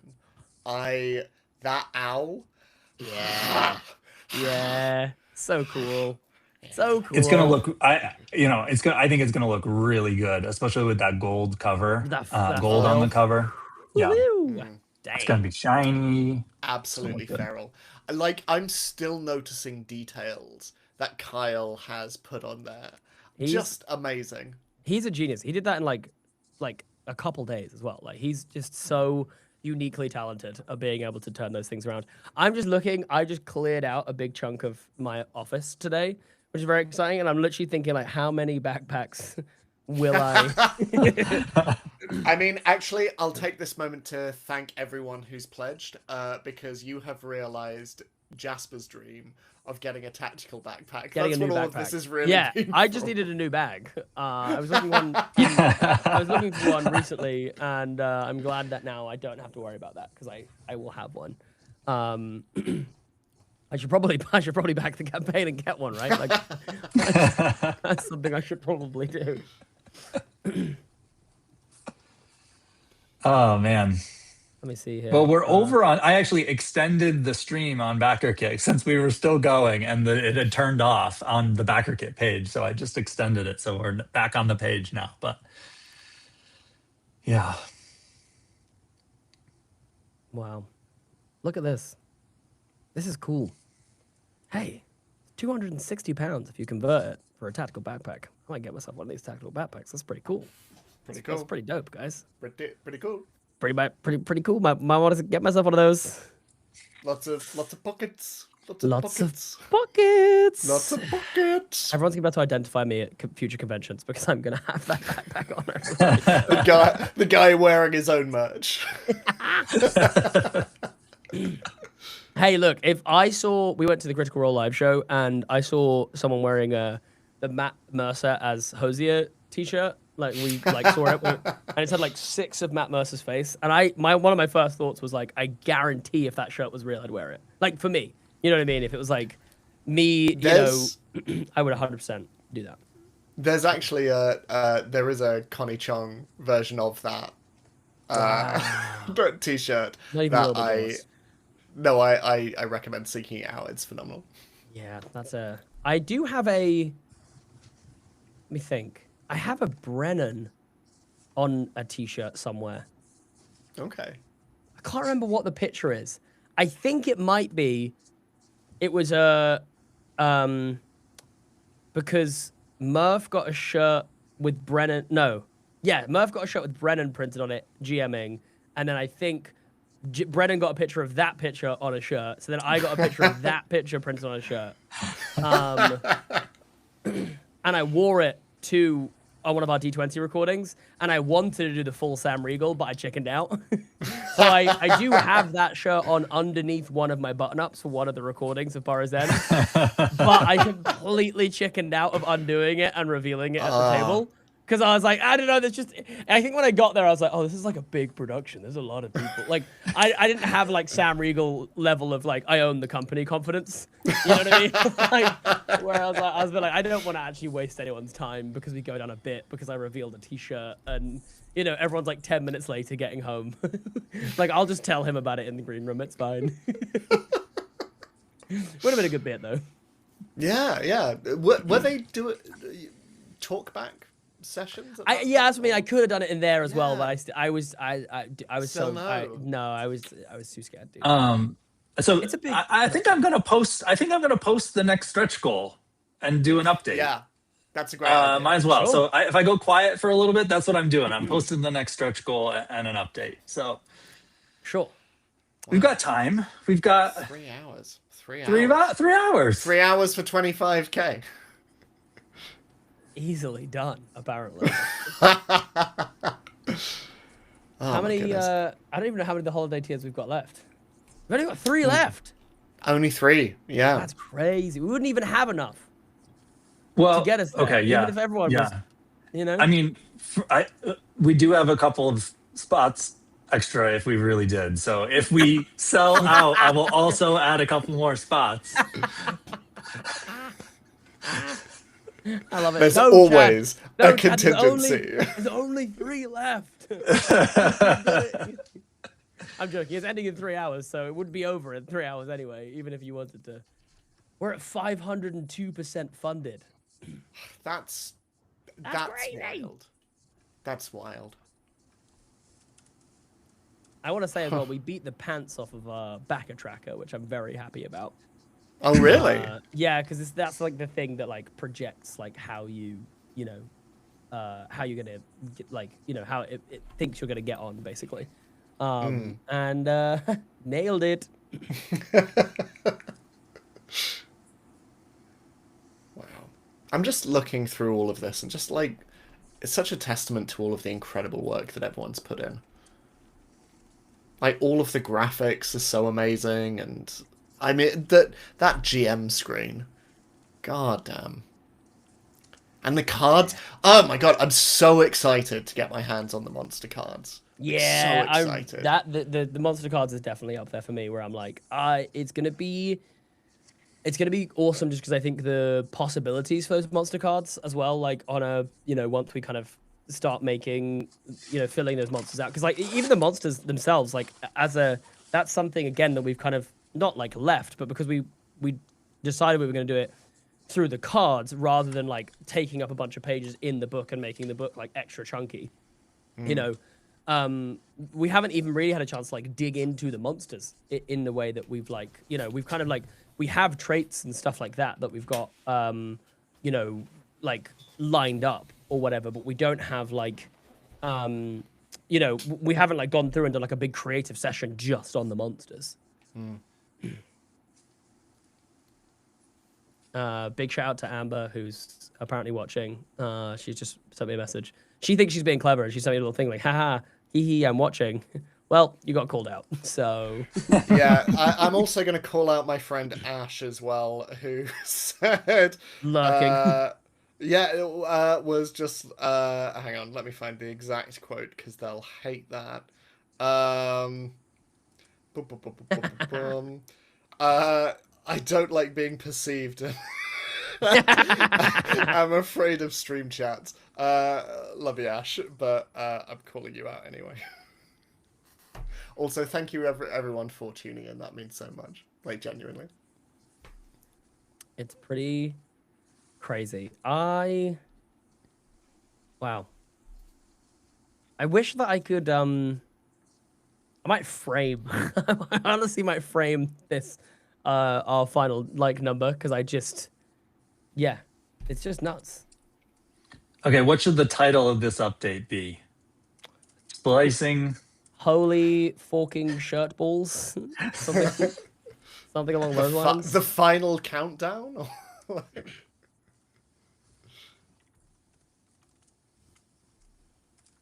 The final countdown. Okay, how about holy forking shirt balls? Splicing rules have been unlocked. Yes! Oh, I'm so excited. I'm so excited, dude. Splicing rules. Come on! This is dope. And if Oh, yeah, the Zach's just scientist seen and if the scientist is still like winning, it is. I think it's that one. feels- I think at this point, like it's. I mean that we don't know. There's still another. There's 3 hours to go on the campaign, and then people another hour have to to go vote. after that. So Wow, there it is. Splicing rules unlocked. You reached it. Yeah, I updated the page. I'm putting together the update now.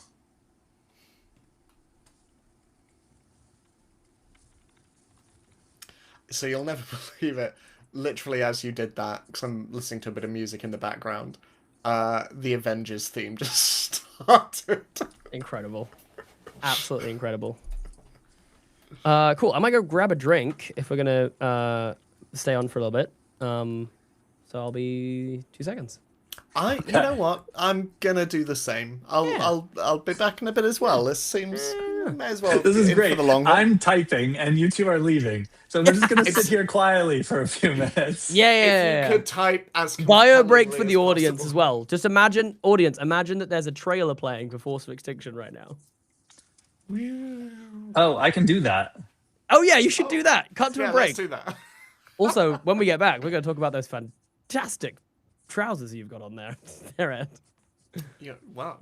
They are. Look at them. Wow, fancy boy. Look at them. So they cost me £5, and they're from the women's section of a charity shop, which is why you should never be close-minded when you are buying clothes. Wow. Look at you Yeah. go. Look at you go. Anyway, I'm going to go get a drink. Cut Me to the too. trailer, Chad.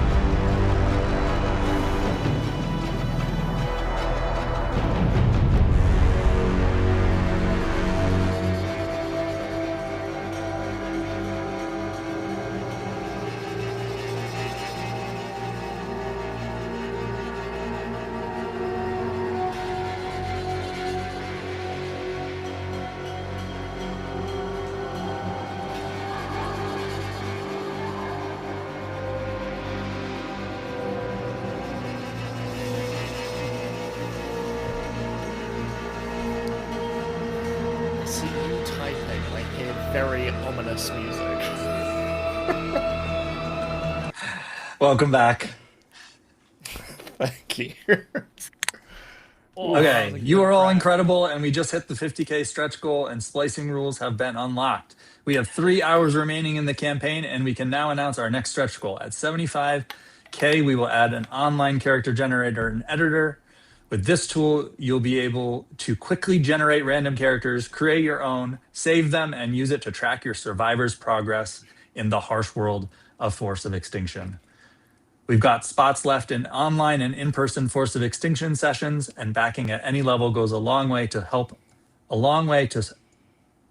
us supporting You wait, no. by making an awesome game. No? goes a long way to To the top if you want to rock and roll. Sorry, I'm not helping. But it's a long way. You just said long way so many times. I had to.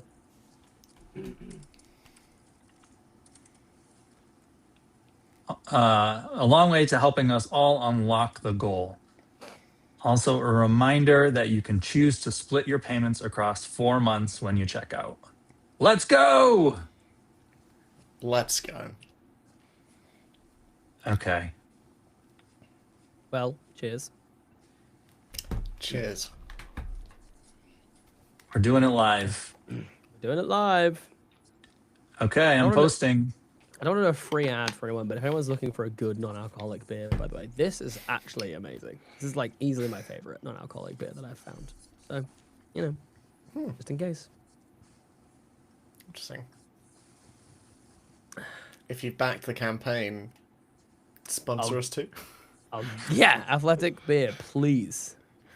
Man, I would I think I actually would love a non-alcoholic beer sponsor. I think having a regular beer sponsor wouldn't be a good idea. I'd be like, well, this is great. I have to drink beer whilst I play, and then I remind myself I play too often. I'm like, nah, that would be a problem for sure. Not that I ever get to play during the day, which I keep trying to, but some It's people hard have though. jobs. I know. And also most of the people that we play with also are in the States as well. Yes, So that's yeah, the main issue. Is the people in the yeah. States don't want to get up too early. Which is so real. No, I have to get up early all the time. And stay up You late. have a kid. Like Yeah, that's true. And who doesn't want to play D&D at 9 in the morning?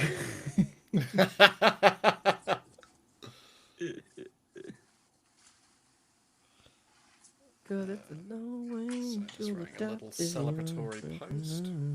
I have a mini bar right here in the room with a. Dangerous. You No, we do, can't afford yes. that. We can't afford that, Chaz. It's actually surprisingly reasonably priced. Aren't you in Vegas? Yeah. There's no way it's reasonably priced. Yeah, but you weren't supposed to tell people I'm in Vegas, and when this campaign ends, I'm putting all the money on black. Yeah, but if it suddenly jumps up to 150,000, you'll know why. The final update on the Force of Extinction page, half an hour before it closes, is I've made a terrible mistake. I need your help. I've never asked for anything in my life, but I need you now.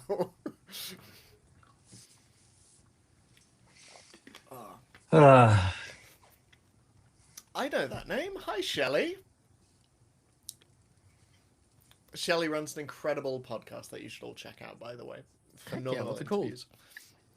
It is. Oh my goodness! It's, Sorry, I put you on the spot so bad. That was such. yeah, I know dick. it is.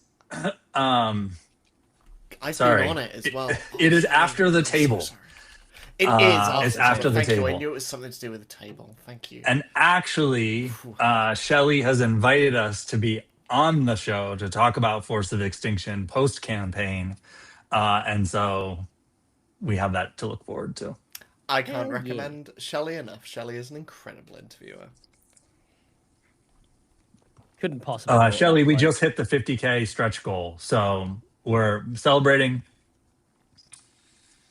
And And with water and non-alcoholic beer.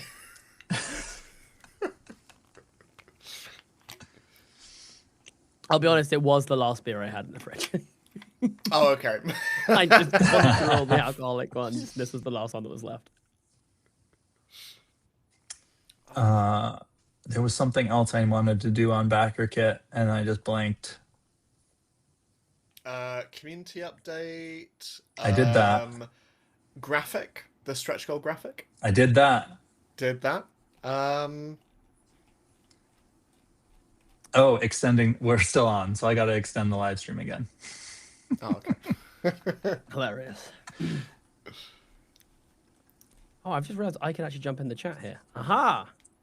Oh, create a channel to join the chat. What do you mean create a channel? No, I don't want to create a whole channel just to be... That's insane. I just see the chat? No, you're not going to let me do that either. Boo! Oh, there we go. I can see it now. Charlie said, holy poop. Let's go. Holy poop was our reaction too. No, it wasn't. It was holy shit. Yeah, trashy.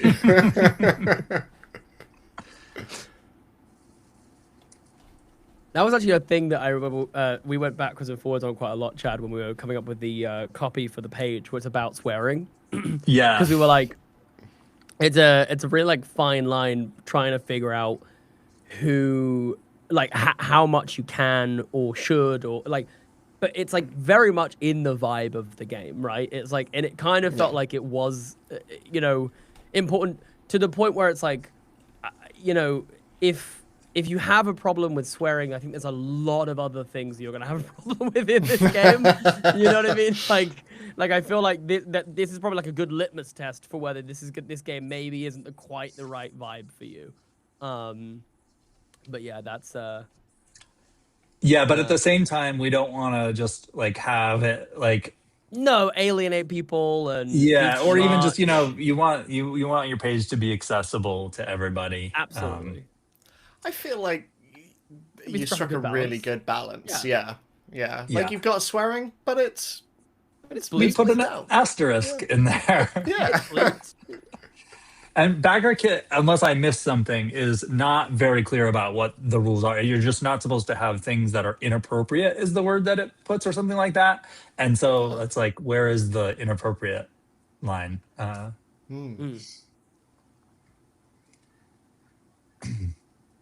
Oh, that's a good idea, clever innuendo. That was one of my favorite parts of funniest things about Battlestar Galactica with the fake swear. What the frack? Oh yeah, well, that's what Brandon Sanderson does, because Brandon Sanderson has like he doesn't swear, and so he has like he makes up his own like in-universe swears. So people will say like "storm you" and stuff like that rather than "fuck you," I guess. But I just think there's just nothing quite like a really good, well-timed swear. That's you know, I feel that in my soul. Yeah. Like, I don't swear a lot, but a strategically placed swear, God, it's great. I'm a little more liberal with the swears than I would like to be. But I think part of that is because I have a kid and I'm like absolute zero tolerance swear. Like I literally have never and will never swear in front of him. So it's like the rest of the time I'm like, blah, blah, I have to get them out. You're like a sailor when we're together. For me, it was the opposite, which was cutting it out in front of the kids, completely stopping it most of the other time. Really? Interesting. Yeah, because it was such an effort to cut it out that I think it just made it so I never did it. But interestingly, like I generally swear less when I'm doing like certain podcasts or whatever. Like I swear in this context because again, this is like, you know, but like I kind of go into the same mode when I do like most podcasting, and like until I know or I've been given the okay to swear by the host or whatever, I don't swear, you know? Yeah. So I think it's like, you know, it's just been like a balance I've been trying to strike. And I'm glad, you know, that people don't have a problem with me swearing, because that would be a problem otherwise. What I think British people swearing does, like, it's kind of charming. It's kind of like, it's kind of cute, you know? Yeah, absolutely. I was talking to some of my Australian friends, and I think they are the only other people on the earth who swear more than us Brits do, because Oh, for sure. they swear. Like there's times Oh. where I blush, and I'm like, damn. As someone That's- with like a foot in both, yeah, no, Yeah. 100%. I have like a toe in the other one. I have a lot of Australian family. I remember you saying, and, yeah. And yeah, it is wild. They love I it. also feel like there's things where they say them, and I'm like, I guess that's a swear. I don't know what it means, but Yeah, Flamin' Galar is. Well, interestingly, you say that clever innuendo. Who's just saying that there's a lot of people who try to teach their kid about proper timing and cadence of swearing rather than just banning it. Which, fantastic point. You absolutely should teach your kids how to swear properly. My mum's thing was that you can swear as long as you understand what the word actually means, but she would never tell me. Oh. Interesting. So she was like, if you are brave enough to go and ask another adult what the word, whatever a word means, then, and you can explain to me what it is and what it means and the context. Her thing was like, I don't want you just saying and parroting words that you don't actually understand. Like, so if you're going to swear, that's fine, but you have to understand that you're swearing, and you have to understand that that's rude and why it's rude and et cetera, et cetera.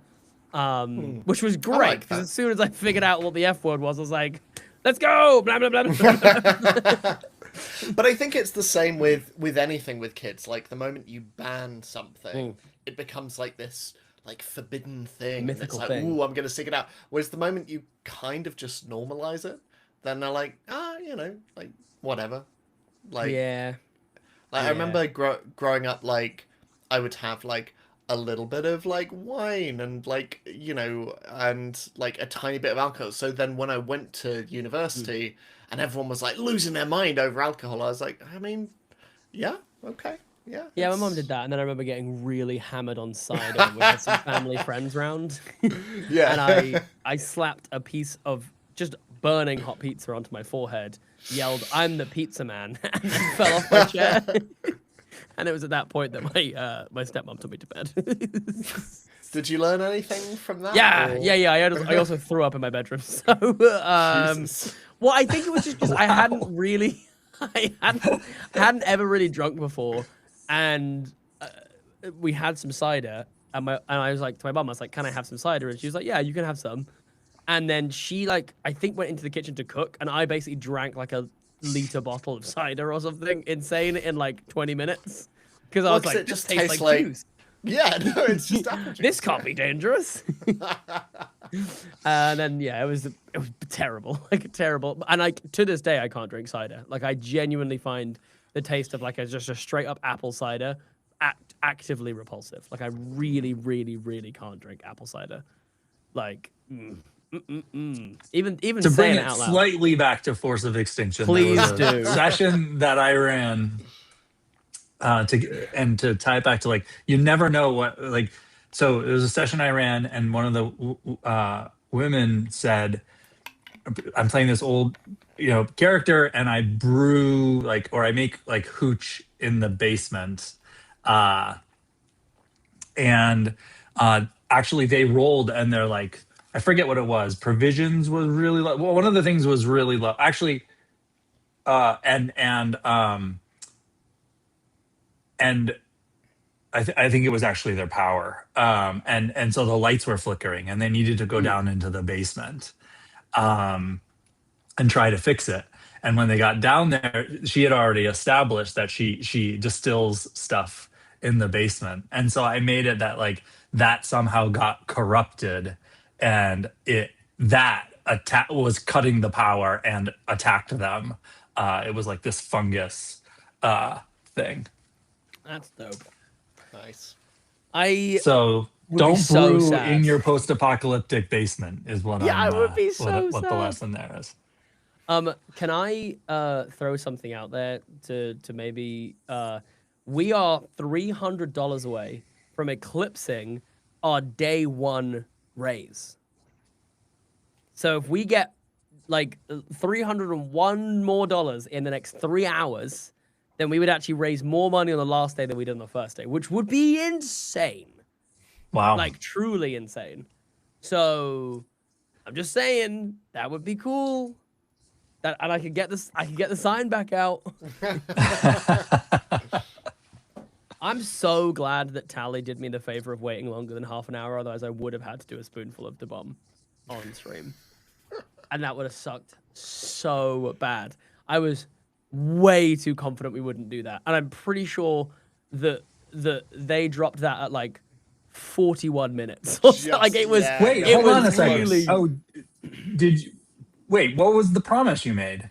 I said if we hit 50K in the next half an hour, Yeah. you can go back okay. and check. You can check the receipts because I would not. I was not dumb enough to say if we hit it.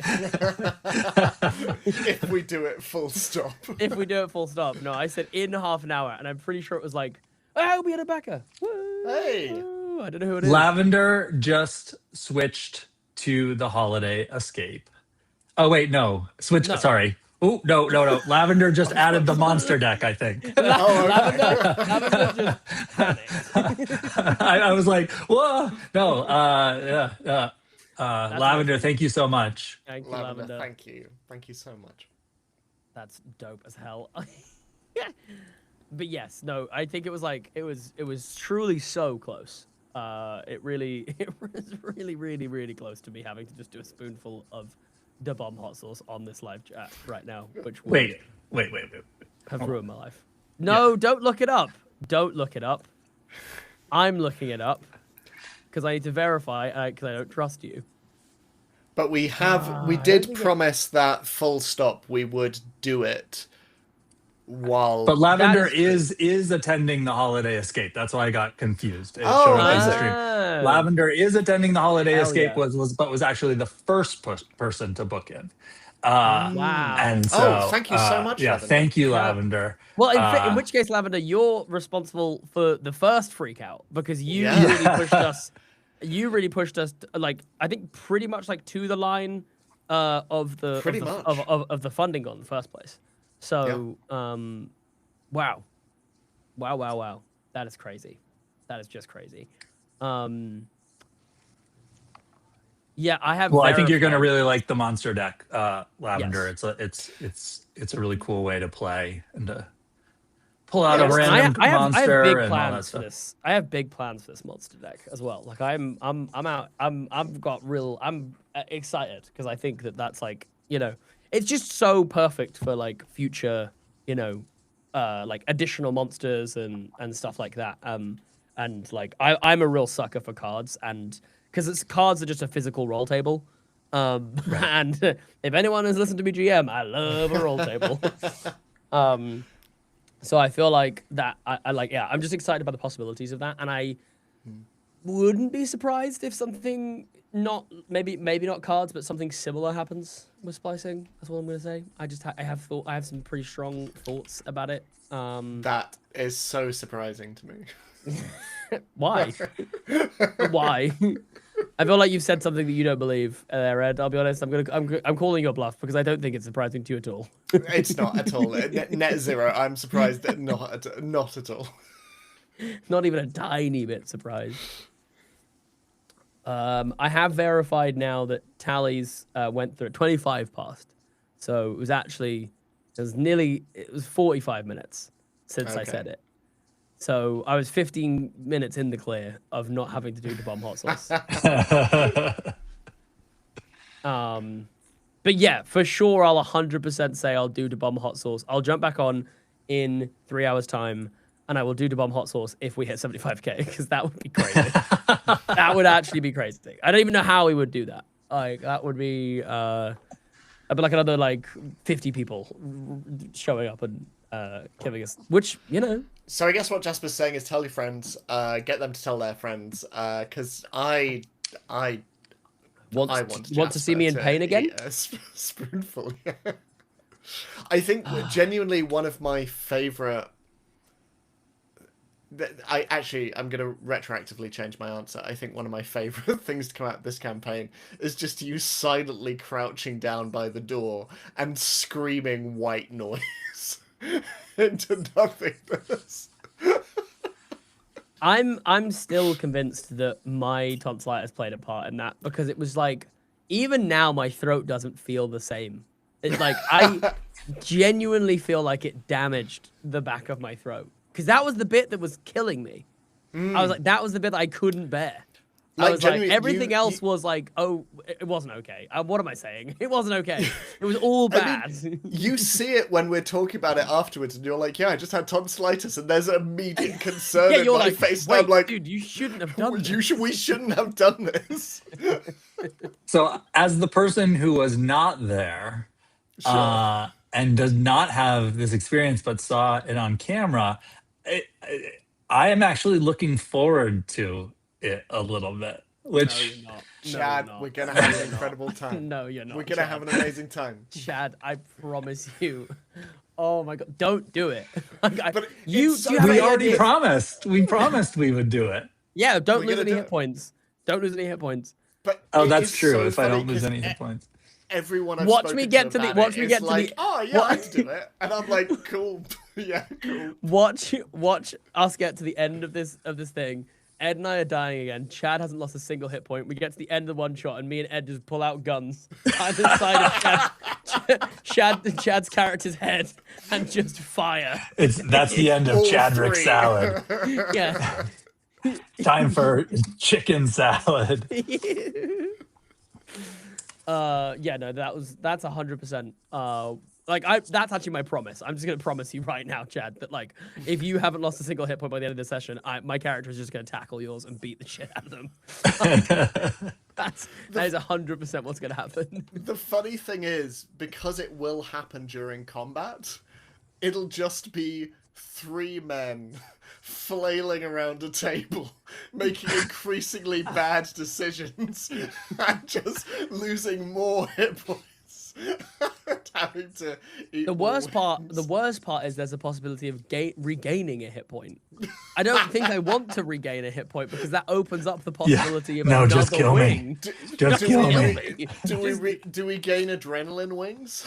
Yeah, no, And then when don't, combat is finished, you lose your adrenaline wings. You need to eat all of your adrenaline wings. No, I was gonna say, Ed, like ice cream is your adrenaline. Oh, that's such a good idea. Yeah. Yeah, ice cream is your adrenaline, which means if you lose your adrenaline, you don't get access to the ice cream anymore.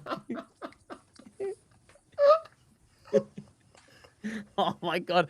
Thing is, Ed, you did handle it well, but I think if we didn't have that ice cream, I think it goes on for like Oh. another 20 minutes and we go insane. 100%. Like I think I actually lose my mind.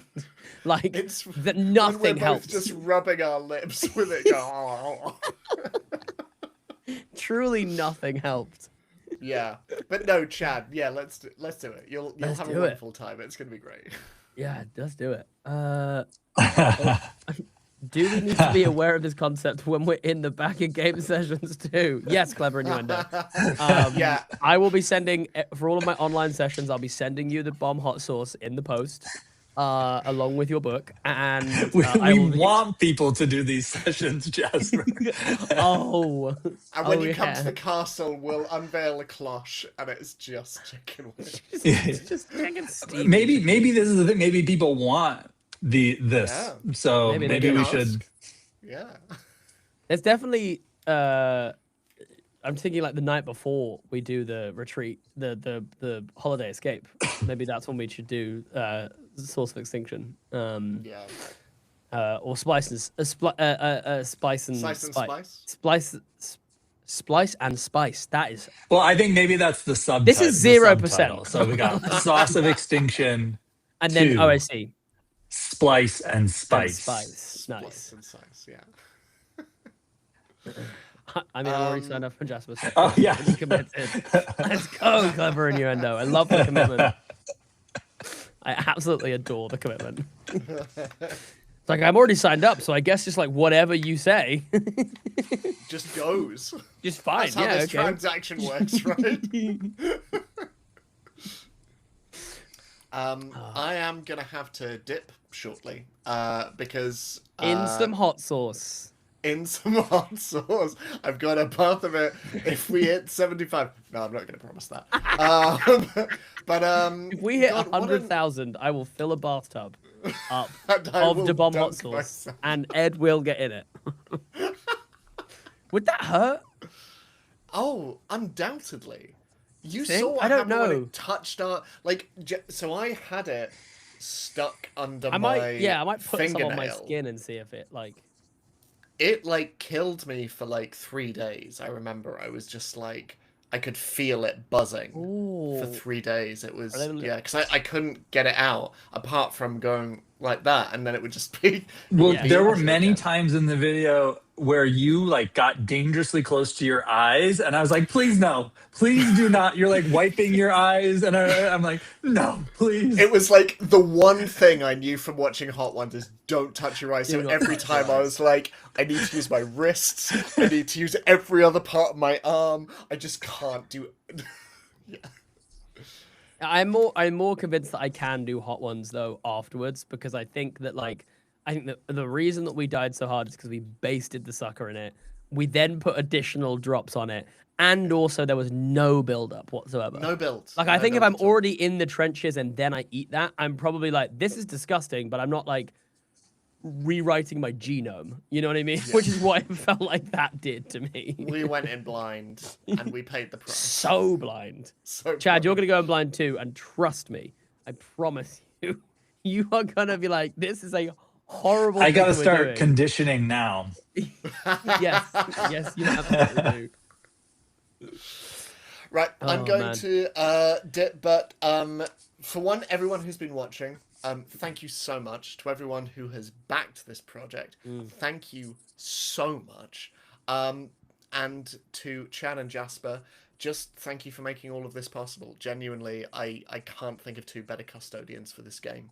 What an absolute treat it is to know you, to love you, and to have worked with you. I adore you both so much. And yeah, I guess 3 hours to go. Same to you, dude. And I think Same, let's yeah. get together and make some splicing rules. The incredible All right. Edward Spence, everybody. Woo! I'll see some of you. They love me. They really love me. You're all amazing. I'll see some of you online, and I will see some of you at the castle. But in the meantime, have an incredible evening. Woo! Bye-bye. Are we staying on, Jasper? Then there were two. Well, there's a few things that I could probably do with handling right now, but hey, listen, I'm not ruling out coming back on if something crazy happens. So I guess just like be ready for that, you know. Yeah, except I control the stream. Well, that's what I'm saying. But you gotta be ready. So stay in your hotel room. Don't go anywhere. Oh, okay. No, I think I should probably call it, just because it's getting late over here, and I think if I have any more adrenaline coursing through my system at this point, I'm never going to sleep. So I should probably at least attempt to do that. But yeah, what a thing. What a thing, dude. We actually hit 50K. I cannot believe it. I genuinely cannot believe it. That is so awesome. So awesome. Yeah. Well, so and yeah. it's because of all of you that we've been able to do this. So we really, truly appreciate it. It's incredible. Yeah, absolutely amazing. Oh, sorry, I just saw one question from Clever Innuendo. As long as you're here, when do you think the online games will actually be played? I don't know if there's anything we've said. Yeah, so it's actually we'll be in touch to schedule it. So if you've gotten the whole table, you'll be able to. We'll coordinate with you to find a time that works for your whole group. And if you've done the individual tickets, then we'll do like a doodle poll to find the time that works for everybody. And so they'll happen, soon-ish. Or sorry, the scheduling emails will go out soon-ish after the campaign ends, and then it'll be, at whatever time works for everybody. We want everybody to be able to do it. So, Yes. So yeah. One quick thing I will say just before I go is that I will actually be going to Gen Con this year. We only sort of recently decided that was going to happen, which is why I haven't been talking about it more, but I'll probably be like announcing stuff next week. But if you're going to Gen Con or if you're going to be at Gen Con, then please come and say hi. I'm probably going to have one of these with me because I was thinking I'll do like a fun little videos and stuff with it. So please do come and say hi and everything. And if you want to like have a look, I mean, obviously there's only like one page printed in it, but if you want to physically hold the book, then please do. But it would be really cool to see some of you guys at Gen Con. I think that's it. Shelly says, I'll see you there. Shelly there. Yeah. Very cool, Shelly. Excited to see you there. Great. With that, I think we are done with the stream for today. We've got several hours left, a few hours left, not several, to the campaign. Strong. Thank you so much. And obviously, thank you, Jasper, too. Yeah, crazy. Thank you, Chad. This really wouldn't have happened without you. You've been a massive champion of this thing. So it's gonna be amazing. So yeah, let's do this. Let's get out of here. And if we hit 75, we'll see you in a couple hours, I guess. And Yeah. Chad will have to zoom in from his phone or something. Yeah. Awesome. Thanks so much, guys. Bye-bye. Bye.